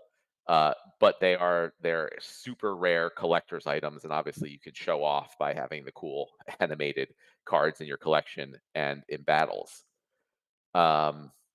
So that's how you can get all the cards when you open the packs. We're coming to the point of how do you get the packs. So the pre-sale is going to start in a little less than 2 weeks on April 22nd, and is going to last until May 11th. So during the pre-sale, you will be able to buy standard, alchemy, and legendary packs. Starter packs will not be available during the pre-sale. The packs will be at the regular prices. There's no discounts during the pre-sale. But there are a bunch of other benefits you can get for buying them during the pre-sale period. And just to be clear, you'll be able to buy the packs and transfer them or sell them during the pre-sale period, but you will not be able to open them until the full set is released, which is scheduled for May 13th. So if you purchase packs during the pre-sale period, you will be able to have chances to get 2 new exclusive promo cards, which will not be available in packs. You can only get them during the pre-sale. You will be able to potentially compete for leaderboard spots for additional rewards, titles, and cards. And you will be entered into a raffle for every 1,000 DEC or credits you spent. And the raffle prizes include some black foil arcane cards, some gold foil arcane cards, some black foil cards, and some gold foil cards. So that will be, the raffle will be the way that the first of the black foil and the arcane cards are given out. So if you want to have a chance to get them, you got to participate during the pre-sale. I want to make it clear for people who, might not do Splinterlands 24/7 that you can buy at any point during the pre-sale. There's no benefit to necessarily buying early versus late unless it sells out. So, don't wait too long. But anytime you purchase during the pre-sale over any number of purchases, all these rewards are just going to look at your total DEC or credits spent. There's no difference between if you spend DEC or credits, other than you can potentially get a discount buying DEC on the market. But as far as internally for all these things, they're going to be counted the same. So 1,000 DEC is the same as spending 1,000 credits. The promo cards, all the stats and things have been released in the post. Nate obviously shared all the eye candy earlier for the Arcane Skinwalker and Grammel the Hunger. But every 40,000 DEC or credits that you spent, you will be guaranteed to get one Arcane Skinwalker. For every 400,000 that you spend, you'll be guaranteed to get the legendary Grammel the Hunger card. As normal, the cards will have a 4% chance of being gold foil. You'll have a guaranteed gold foil for every 25 copies that you get. There is not going to be a chance of getting the black foil from just getting them directly. The black foil cards will come from the leaderboard and raffle rewards. So the leaderboard rewards, again, you can see this all in the post. As I mentioned, the top 6 players in the leaderboard will get to design a legendary Archon card to be added to the set later on through the conflicts. They will also receive a max regular gold foil and black foil copy of their legendary Archon card that they design. You'll also, the top 20 spots will also get a max black foil version of the arcane Skinwalker, and 1 BCX gold foil version of the Grammel the Hunger legendary card. They'll get the arcane title. The top 30 spots will get the arcane legendary title. The top 100, the 31 to 100 will get the Enigma epic title, and 101 to 250 will get the Mystic rare title in the leaderboard. And again, you can purchase at any point during the pre-sale period up until, if the packs sell out. And it will all be counted toward the leaderboard at the end. Then there's the raffle, which you can see all the gold foil, black foil, and arcane variant versions of the 2 promo cards, which will be given out every 1,000 dark energy crystals or credits you spend. You'll be able to have a raffle entry to get one of these prizes. There's 71 total prizes that'll be given out randomly to people for every 1,000 DEC or credits they spent. So yeah, if you're planning to buy some Conclave Arcana packs, you're going to want to do it during the pre-sale because otherwise you're going to miss out on all those benefits. And then on May 13th, the general sale begins. The set is going to be released. The packs can be opened. The cards will be added to the game. They can be used. They can be played. And then they'll be available for sale for up to 300 days because every day, anything fewer than a certain number of packs will be burned. A portion will be allocated to the DAO. And that way, we guarantee that the set will last for no longer than 300 days. And it basically lets the market decide how many packs get sold instead of us putting out a ridiculously high number of packs and having it, come to way less being sold at the end, or having us put a very low number of packs. They get sold out very quickly, and then people can't access them for a long time. This way, we basically pick a time frame that we expect the packs will be available, and then the market kind of decides how many get sold and how many get burned. Which I think worked we did that for Rebellion. That's not a new concept, and I think that worked out really well. Anyone, Dave or Blaze, you guys want to comment on the packs? Yeah, I just want to say one thing that make sure I point out to everybody. If you only want to buy 1 pack, you can only get one of these arcanes per pack, except for if you buy in the pre-sale. If you buy in the pre-sale, you could win the raffle for the 1-of-1, and the pack could have a legendary 1-of-1 in, when you open it, when it's live. So if you truly like the 1-of-1s, even if you just bought 1 pack, that's the only way you can get 2, basically. Yeah, that's a good point. So make sure. I mean, I know of people that are going to want to just buy 1 pack just to see if they can win it, right? Because those are going to be some pretty expensive cards, I would think. So, Blaze, you can go from here. I just wanted to point that out. I know. I mean, I'm excited. I want to buy. I think we pushed the pre-sale a week, but I wish I hadn't, because I want to already put my order in. So no, the packs are well balanced and just really, like, even the black foils, like, we designed it in a way because originally, you get people saying, "Oh, I'm not a collector. I don't want the black foils." But we've made the card attractive in many ways. It's good for land. It's good for refreshes and battles. It's great to collect. So we're designing this set just to be an absolute banger, and I hope you guys enjoy it. yeah, I mean, same. I can't wait for partially the pre-sale to start, but more so the whole set to be released and get to open the packs and get these the new foil cards, and start playing with them and showing them off in game. That is super exciting. So couple things left, and then we're going to get to questions. I can probably stick around a little longer if we go past the 2 hours, because this is a big one. So we have conflicts. I want to talk about conflicts. We had conflicts was a new thing that we added in for Rebellion instead of the previous just like straight up airdrop mechanism. They seem to go over really well. We as the team really like them, so they're going to be done again in a very similar way. You'll be able to stake your cards and your packs from Conclave Arcana in the conflicts once they start.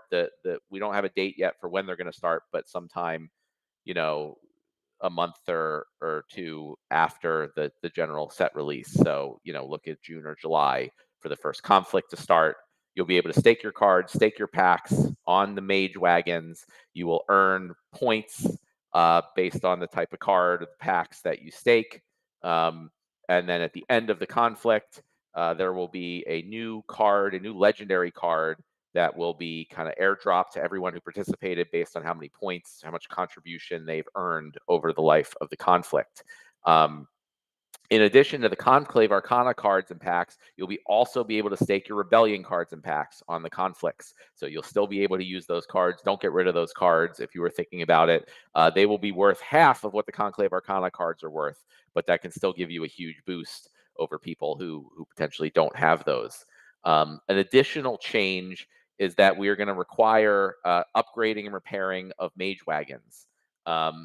And again, all this, some people have commented like is a common theme that like, oh, it's just more of a money grab and things. Again, none of this, there's no money. None of this comes to the company. All of this goes towards giving more value and utility for the tokens, which the players and the DAO are the ones that hold. So we don't like, myself as a player and participant in the ecosystem and a DAO stakeholder, I don't like when, you kind of buy something one time or you put in something one time and then you continue to get value indefinitely into the future. So everyone who purchased mage wagons already, I think, has gotten pretty significant value from the airdrops that happened for Rebellion. So we plan to have a mechanism to upgrade those in order to be able to use them for Conclave Arcana. And then after each conflict, you'll need to repair them in order to be able to use them in the next conflict. So it should be a lot less than buying them new if you already have them or need to repair them.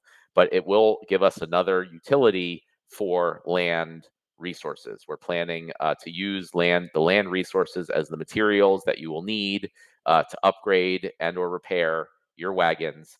The exact numbers for those are TBD. But we'll let everyone know a good deal of time before the first conflict starts. But again, it's another way to just add more value to the resources and the ecosystem that you guys are all owners of and part of. So that's what we're looking at for that.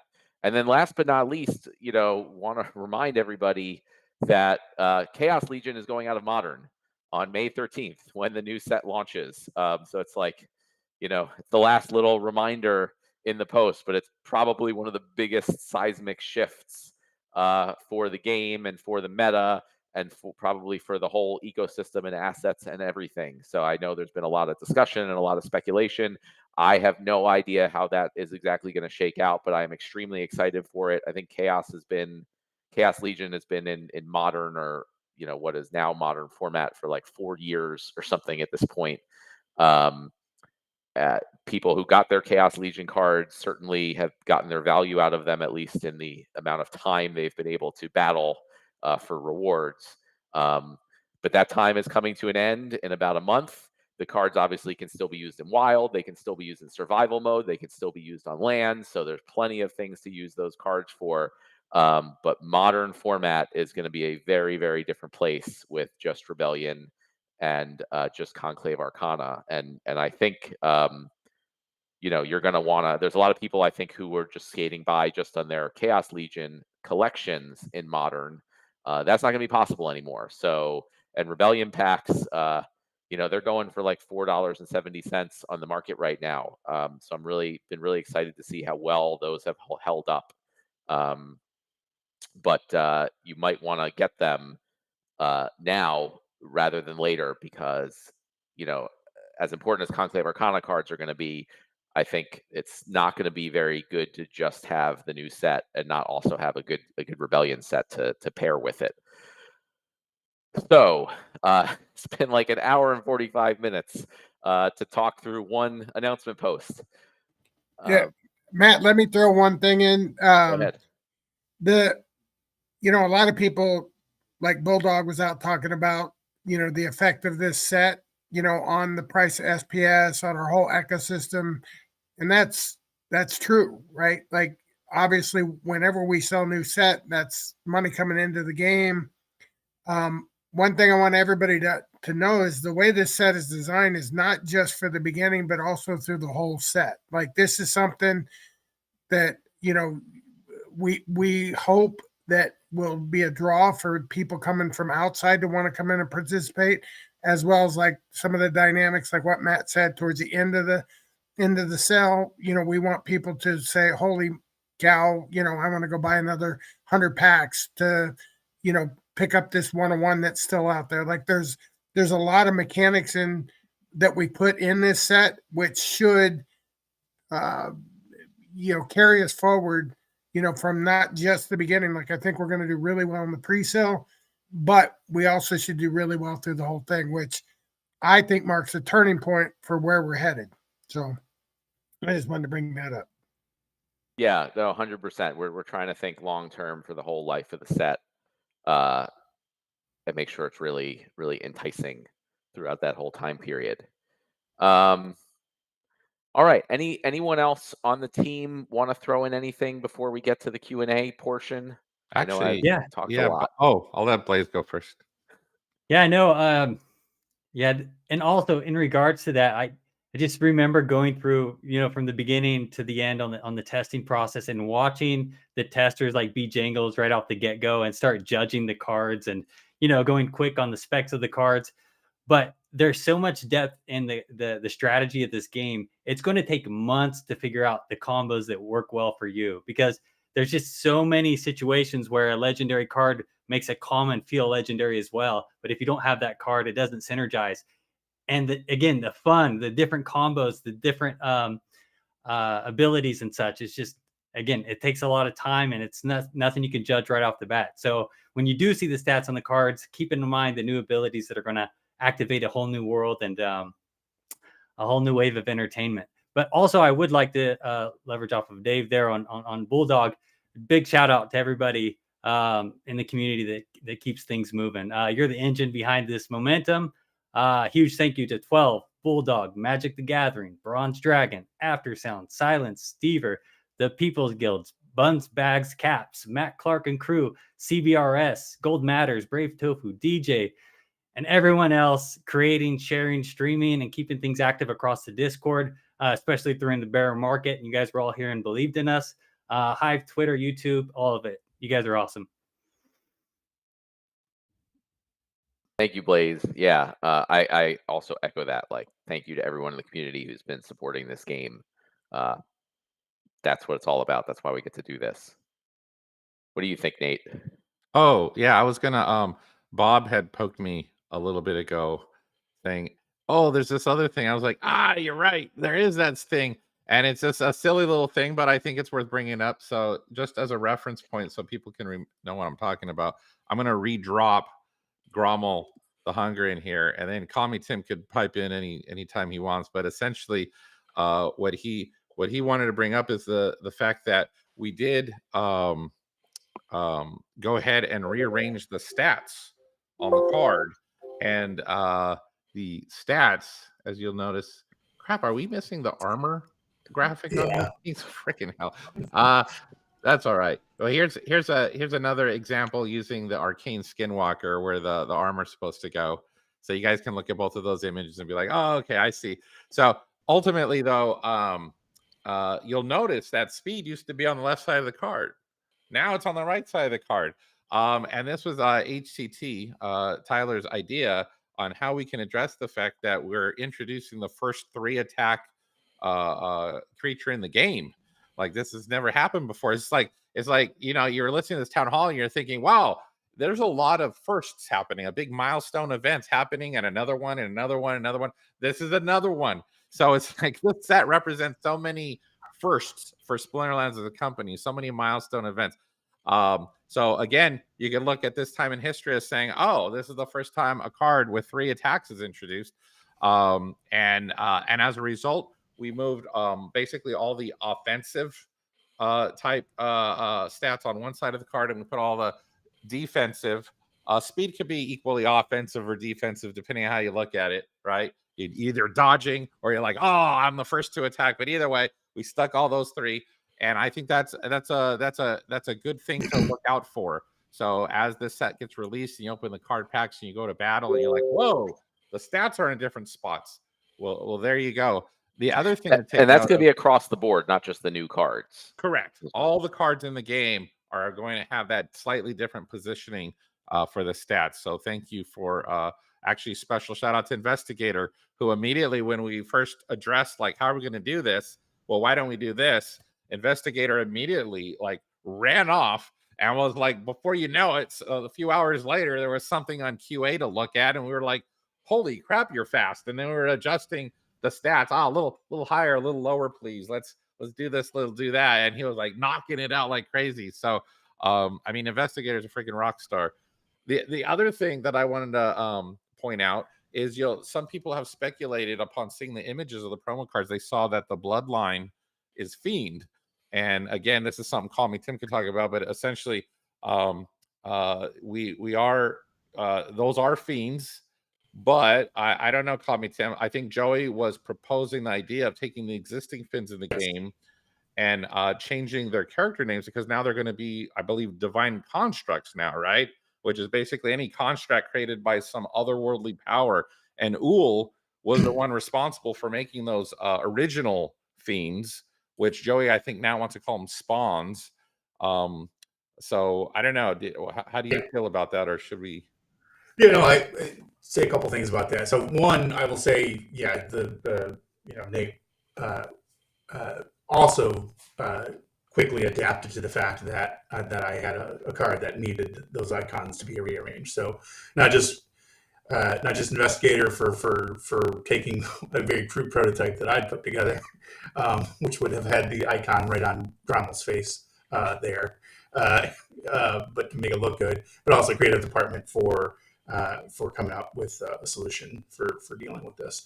It's not technically the first 3 attack card in the game because of Armored Strike, but it's the first melee magic ranged unit.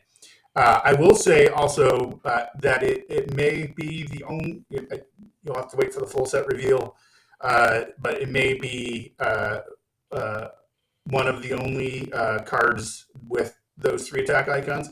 But it's not the only opportunity to get those 3 attack icons on a card during battles, and you'll have to stay tuned to see how that might play out. So I think that'll be interesting.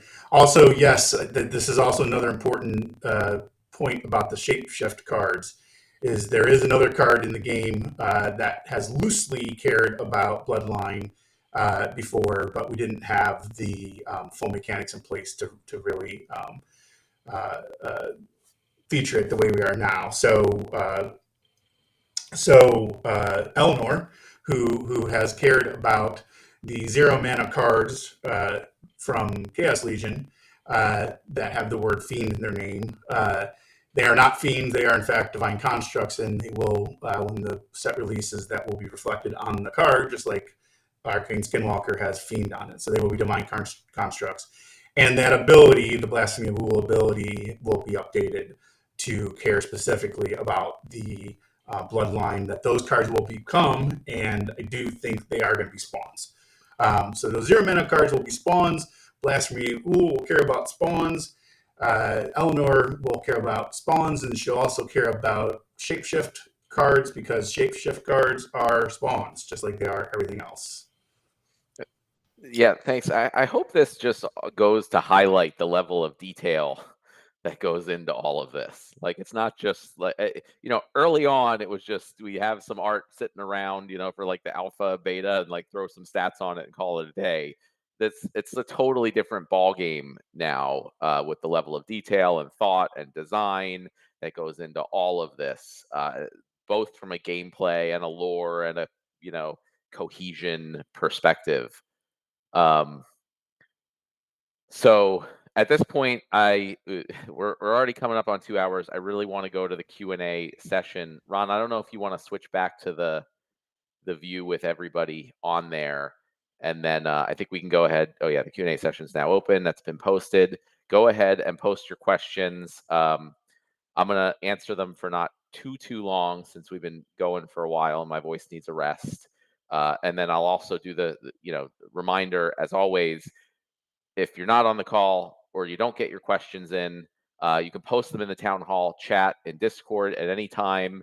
And myself or another team member, we check them on a pretty regular basis and we can answer them. So this is not your only opportunity to get the questions in. I also find, you might get a more thought out response. If you post them at another time, it's hard to read and answer them right away. So when they're just posted in the town hall at other times, I have more of a chance to think through it before responding. But just wanted to remind everybody of that in case you don't get your questions in live. All right, the first question from Vetev or Vetv, I still don't know which one it is.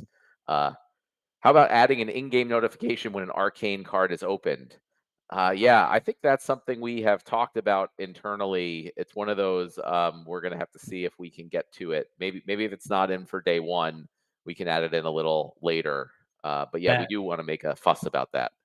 We have an open ticket, and I think Tyler's going to create the widget, so it's in the works. Nice. Yeah, we want to make as big a fuss as possible.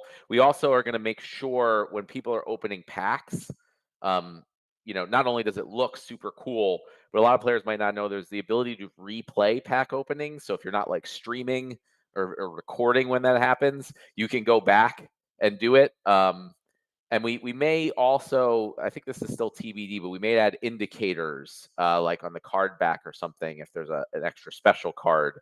So like when you're opening the pack, you can be like, oh wait, let me spin up the recording thing. We really want to do everything we can to encourage as much excitement around this. We want people to record them. We want people to post them. We want this stuff to be all over. So everything we can do in our time frame to make that happen, we are going to do.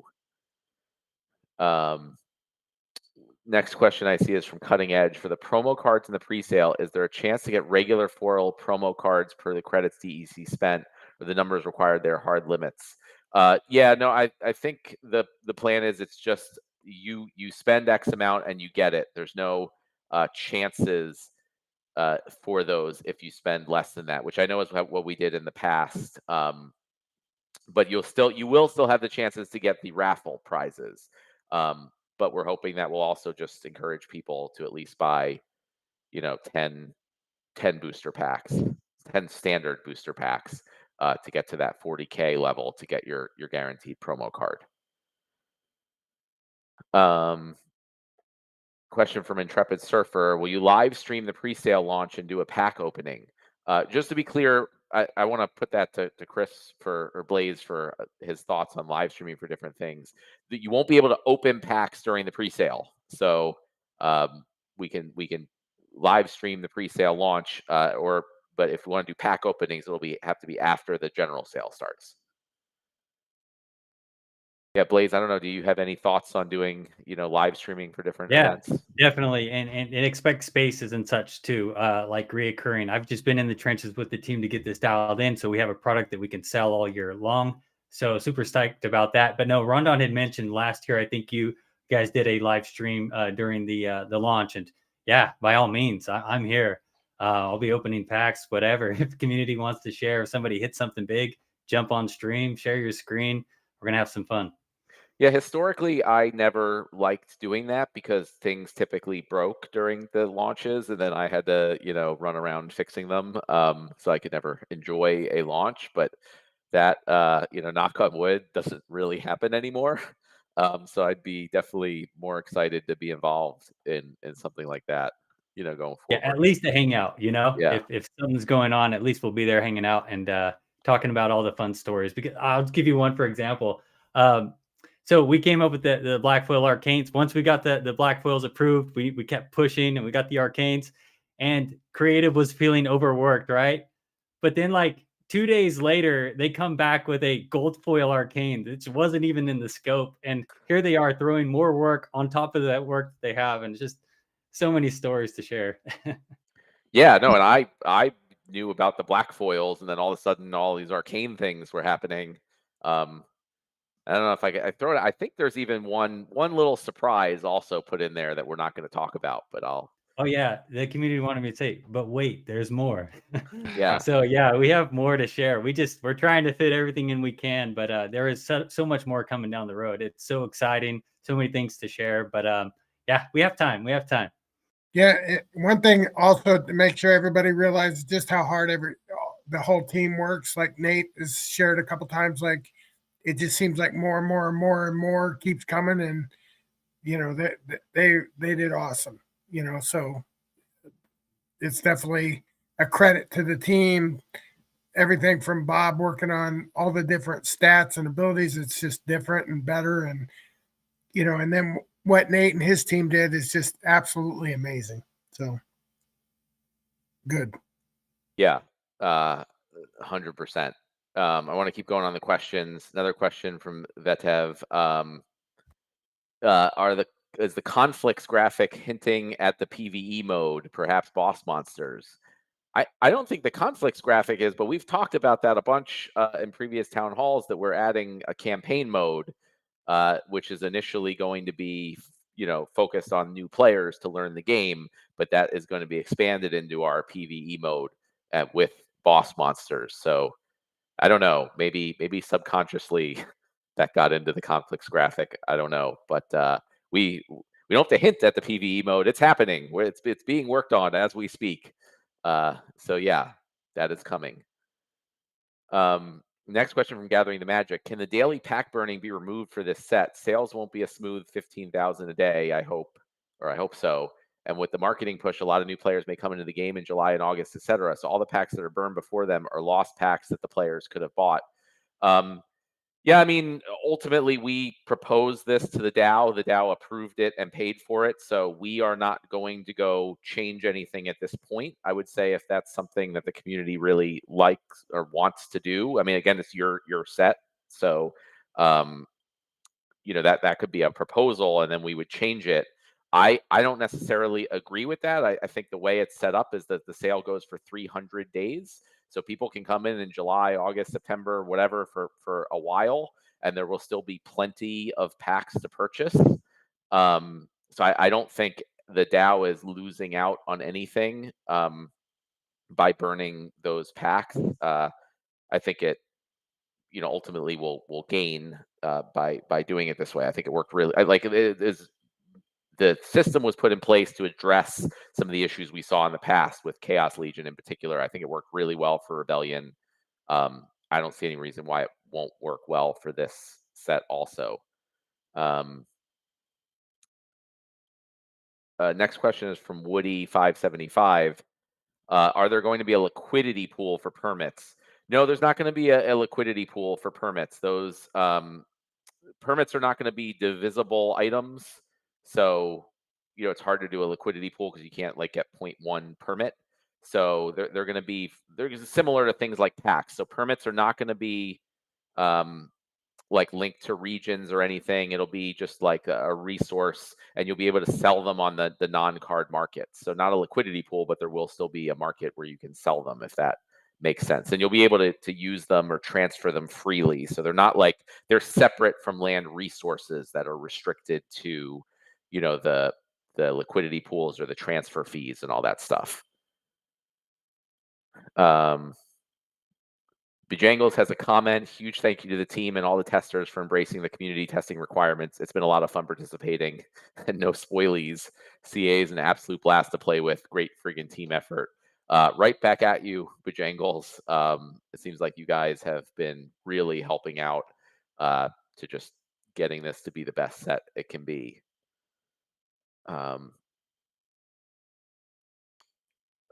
Question from coming over from YouTube from Jaunty Funkface. It's a good name. Is there no bulk purchases or bonuses discounts for the pre-sale and throughout the general sale? Yeah, that's correct. Bulk purchases were taken out partway through the Rebellion sale. We're not, so there's no bulk purchase bonuses or discounts. That was part of the idea, is to not like over incentivize people to buy packs they don't need or they don't really want, right? Because those end up just getting dumped on the markets and lower the value of the packs overall. So basically buy as many packs as you want and you're going to use and as you need, and hopefully it will help ultimately maintain the value of the packs over the long term. Like I said, I think it's been working out pretty well for Rebellion so far. So there's planned to be no bulk purchase bonuses. But again, I just want to mention that like this is the community set. So if the community feels strongly that it should be done differently, that can be proposed through the system. I know the proposal system is difficult and onerous and whatever, but I think it's a lot better than like us just deciding to do things and then having big fights and arguments. Like it's up to the stakeholders to decide these things. But again, it was initially proposed to be taken out for a reason, and I think it's the right way to go. Paul TRX is asking that battle wagons were sold as battle wagons, not Rebellion battle wagons. And in the game, the battle wagons purchase page states that they'll be usable in all future conflicts. Given this, why do we need to upgrade them for the CA conflicts? If we have unused battle wagons, do they have to be upgraded too? We're already going to have to repair them after each conflict. Do we really need another cost on top of that? So no. Again, I'm going to put this out. If the community feels strongly that that should not be the case, we can have a proposal, and that will not be the case. So we're not dictating how that will work. I feel like the upgrading the battle wagons is really just the first repair. So if you guys are okay with repairs but not upgrading, like it could just be you don't have to do anything for the first conflict. Those things feel like kind of minor to me, but ultimately it's as I said before, my personal feeling is that we want to have as many use cases as possible for especially land assets in the game. We want to encourage people to spend more of the in-game resources, and not just be able to buy things one time and get value for years and years and years down the road without putting anything else in.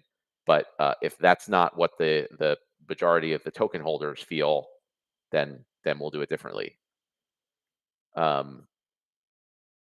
Question from I want to I see like a bunch more questions. I feel like there's been a bunch of time, so I think Ron, if we can go ahead and cut off the questions at this point. I think everyone's had a good enough time to get their questions in, and again, you can post them in the town hall chat at any point in the future, and we'll get to them as soon as we can. A question from OAA: when designing conflict wagon repairs, smaller players don't hit the guaranteed minimums and might go without cards for many conflicts. Can the players that don't receive any airdrop cards be spared from subsequent wagon repairs until they receive a card? Yeah, I think that makes sense, and that's going to be all part of the design process when we get to that. But yeah, I think it makes sense if you didn't use your wagon. We could say if you didn't receive a card, you didn't use your wagon. It doesn't need any repairs, or maybe it needs a lot less repairs or something. But overall, that's part of the thought process, is considering all the different types of ways, different types of players, different types of ways people participate, try to make something that is fair to as many people as possible, while also providing as much value to the ecosystem as possible. Question from Quantum Nachos: how is the foundation cards in the campaign mode looking for the CA main sale release? The plan currently is to release that on or before the release date of Conclave Arcana. So that's like kind of our main thing that we want before our big marketing push. And so, as far as I know, we're on track for that. The foundation cards have been designed. The artwork is in progress. Campaign mode is in the progress of being built. It's been all designed out. so it just needs to be finished up. It needs to have testing, and we're on track to release that. I mean, I think it's not as exciting as all the stuff we just talked about for our existing player base, but as far as like the potential to bring in and retain new players and get them excited about this game, I think that's the biggest thing we've done since we first launched the game, is the foundation set, the campaign and PvE mode. This isn't prefaced with question, but it seems to be a question, so I'll go to it. And just reminder, for now and in the future, please write question in bold or all caps before your question. It makes it much easier to pick out between all the general chat that we have. MetaMick, are we ever going to revisit Rooney traits? The Black Foil limited editions are giving PTSD. Yeah, I mean, there's a lot of stuff we want to do with Rooney, but there's a lot of stuff we want to do with a million things. So I can't say. I certainly would like to revisit Rooney traits and all sorts of the stuff, and combining the Rooney and all the stuff that we want to do. It's not a main priority at this time. Like we just have to look at everything we want to do and pick out the things that are, gonna move this forward as best as possible and focus on those. Although I would say, I mean, I think generally Rooney are doing pretty well. They're pretty valuable. They're, I think, above the price, or at least similar to the price that they were initially sold at, which you can't say for pretty much any NFT projects these days.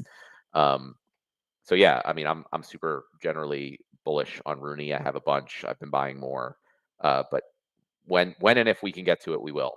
Yeah, we just added recent value to them as well, right? With the evergreen. So yeah, for sure. Yeah, so not specifically linked to the traits, but generally we always have Rooney in our minds of like, is this something we can utilize?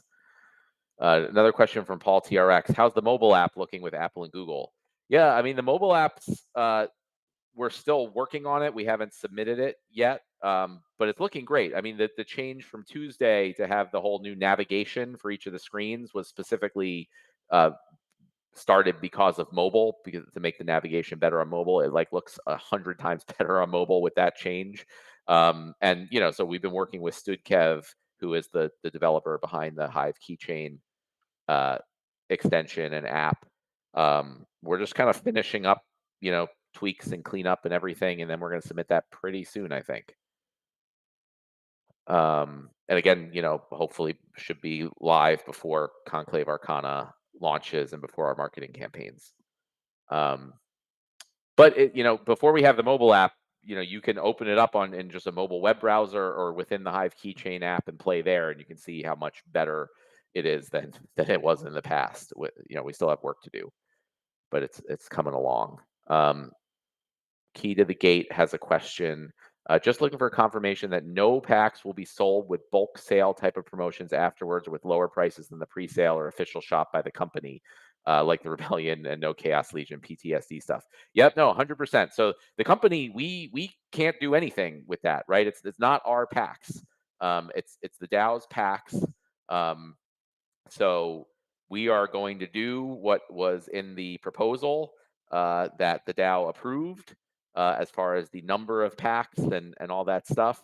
And we are not going to do anything different in any way, shape, or form unless the DAO proposes and agrees that we should do something different, which I don't think that it should, but that's just my opinion. So yeah, that's the whole idea. Not over incentivize people to buy packs they don't need and are just going to dump on the market.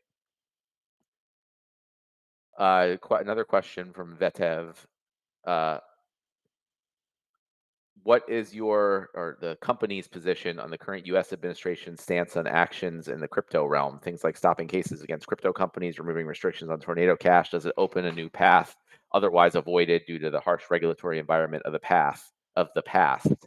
Yeah, I mean, from my perspective, being the one sort of responsible for all of this, it's like a huge relief and weight off my shoulders. Like in the past, it was like everything we do could possibly be, illegal, or, the SEC could look at us or like whatever. And it's like, it's not actually illegal, but, you just get regulation via enforcement. So it was like pretty much total Wild West of this stuff. There was no rules, no regulations. They would just go after everyone randomly.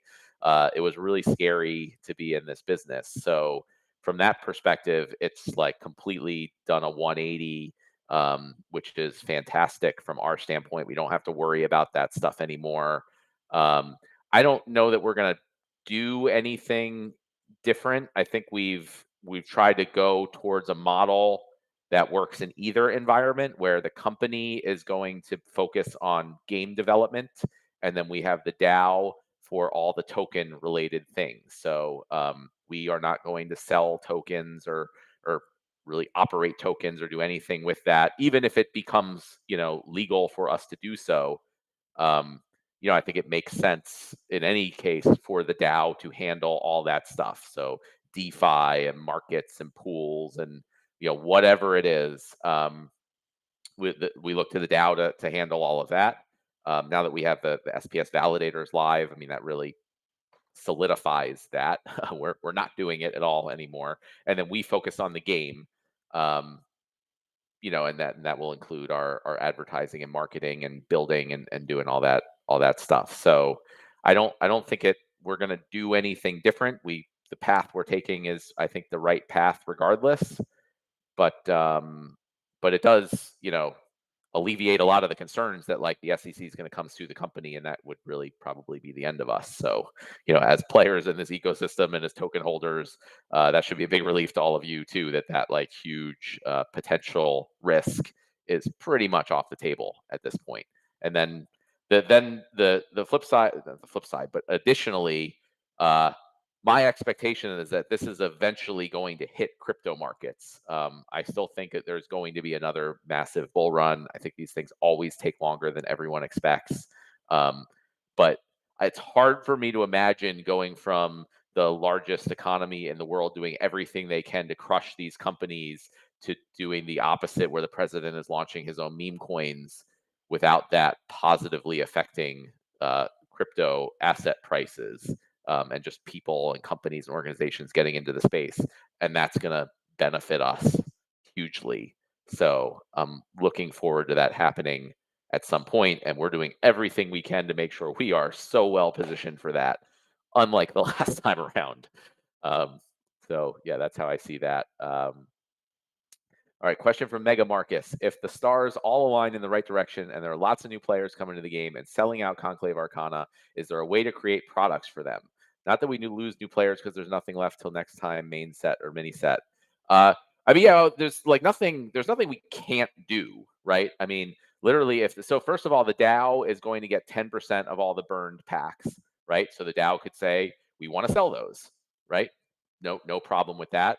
I mean, could literally do what, I mean, the DAO could say, we want to offer more packs than we initially planned, right? I mean, that's the whole idea of like the DAO, you guys, the token holders, decide all of these things and can do what they want.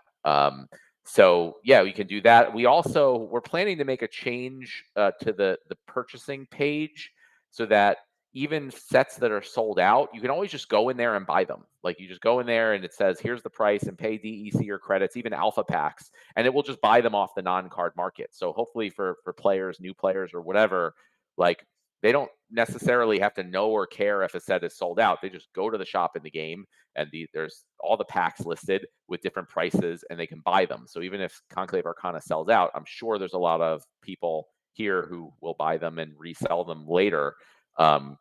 New players can just come in and buy them off the market. They might be higher priced, but as far as they know, it's like the experience is no different than buying them before they were sold out. And then we're also going to have the starter packs that are going to be available for the entire life of the set until the next set comes out. So even if the Conclave Arcana sells out, you will still be able to buy those starter packs. So all these things are like thinking with that in mind. Like even if it's sold out, and it will be sold out after 300 days, we want to make sure that new people coming in still have a very simple, easy experience to get the cards that they want. The only thing that's different is the pricing might be higher, which is good, I think. So there's Bejangles squeezed one in right after the no more questions. For Bojangles, I'll take the question.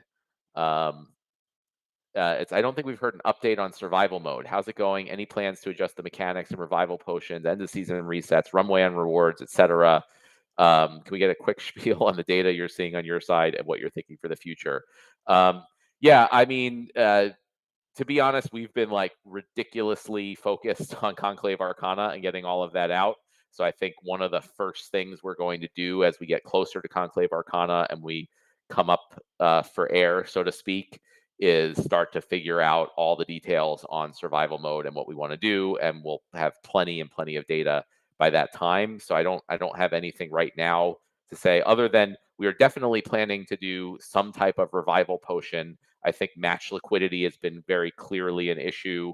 So and I think revival potions also, in my mind, probably follow something similar to the midnight potions, where maybe you can have these permits and land work sites or things, potentially use the time crystals. So we want to integrate land as another use case for revival potions too. So that's the one like definitely planning to do. Otherwise, as soon as we're like over the hump of getting all this stuff out for Conclave Arcana and our marketing campaigns, like taking a hard look at survival is going to be next on the list. And the amount that the companies plan to put up for rewards should last well through that. I think it's about 6 months. So we have like 4 months left of runway. So no rush from that perspective. All right. That's it for the questions. We've been, 2 hours and 20 minutes. I don't even know what to say on this one other than like I need more DEC. Should I just leave it at that as a conclusion for this round? I'll throw it out to you guys. Thanks for being on for the whole call. If you have any final comments, anyone on the team, jump in here. Let us know what you think about all this. Yeah, well, whoever commented, if we sell out, that's a good problem to have. So we'll figure it out. If that happens sooner than later, that's a good thing. Yeah, Yeah, true although that.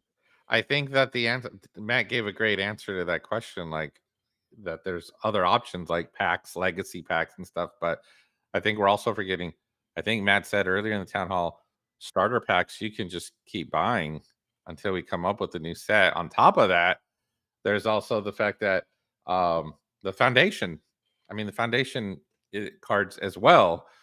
So there's always going to be something for new players to play with and have fun with. So that's exciting.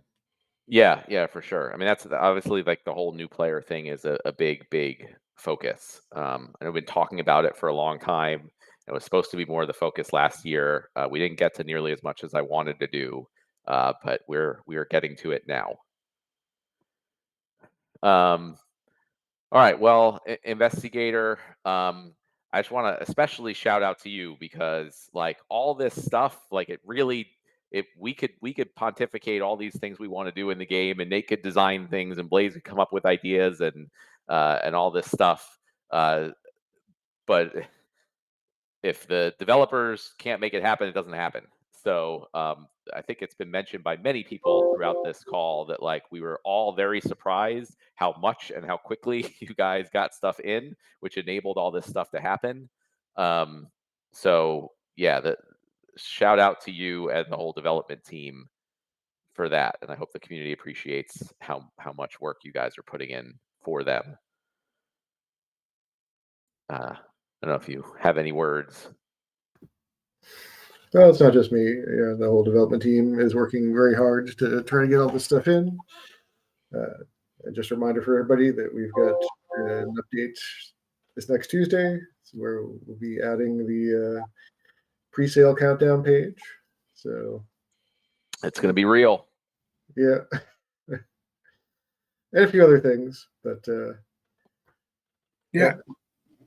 I've been here 6 weeks, and these guys are unbelievably professional.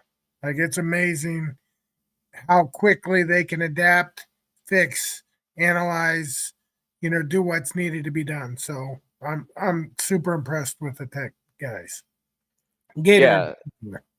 and Dave's been here 6 weeks and 7 years. I also want to shout out to Dave. He's been extremely helpful to me in particular of just handling things. There's a lot of things going on, and Dave has been handling them between not just Conclave Arcana stuff and decisions and working with people, but also, you know, business administration stuff. So yeah, it could not have been better timing for you to have come in here and helped out, Dave. So thank you. Thank you also, Call Me Tim, sticking around this whole time and just doing all this work on the cards. I think I saw a comment in there that like Matt must have been involved in the design of this set. And I wanted to say that I really was not very much, just very high level here and there, like check in on what's going on, throw in my comments. You know, Call Me Tim has really led this and dealt with very different conflicting opinions from all angles throughout the entire process. Ridiculous amounts of changes and things. I feel like a lot of people have sort of insinuated like, oh, I could design sets. It's really freaking difficult. So yeah, shout out to you for doing that. Hopefully, you know, with the ups and downs, it was an enjoyable experience at the end of the day. Awesome. We got a thumbs up there. You know, all right. With that, thank you, Nate, for all the eye candy. I know everyone loves that. Blaze, we're really looking forward to what's going to be happening here with getting new players into this ecosystem and just, you know, pumping up the excitement on all the platforms. All I'm going to say is I need more DEC. We'll call it a day here. We're going to get back to work. We'll talk to you next month and get your tokens ready for April 22nd. Thank you, everyone. See you later.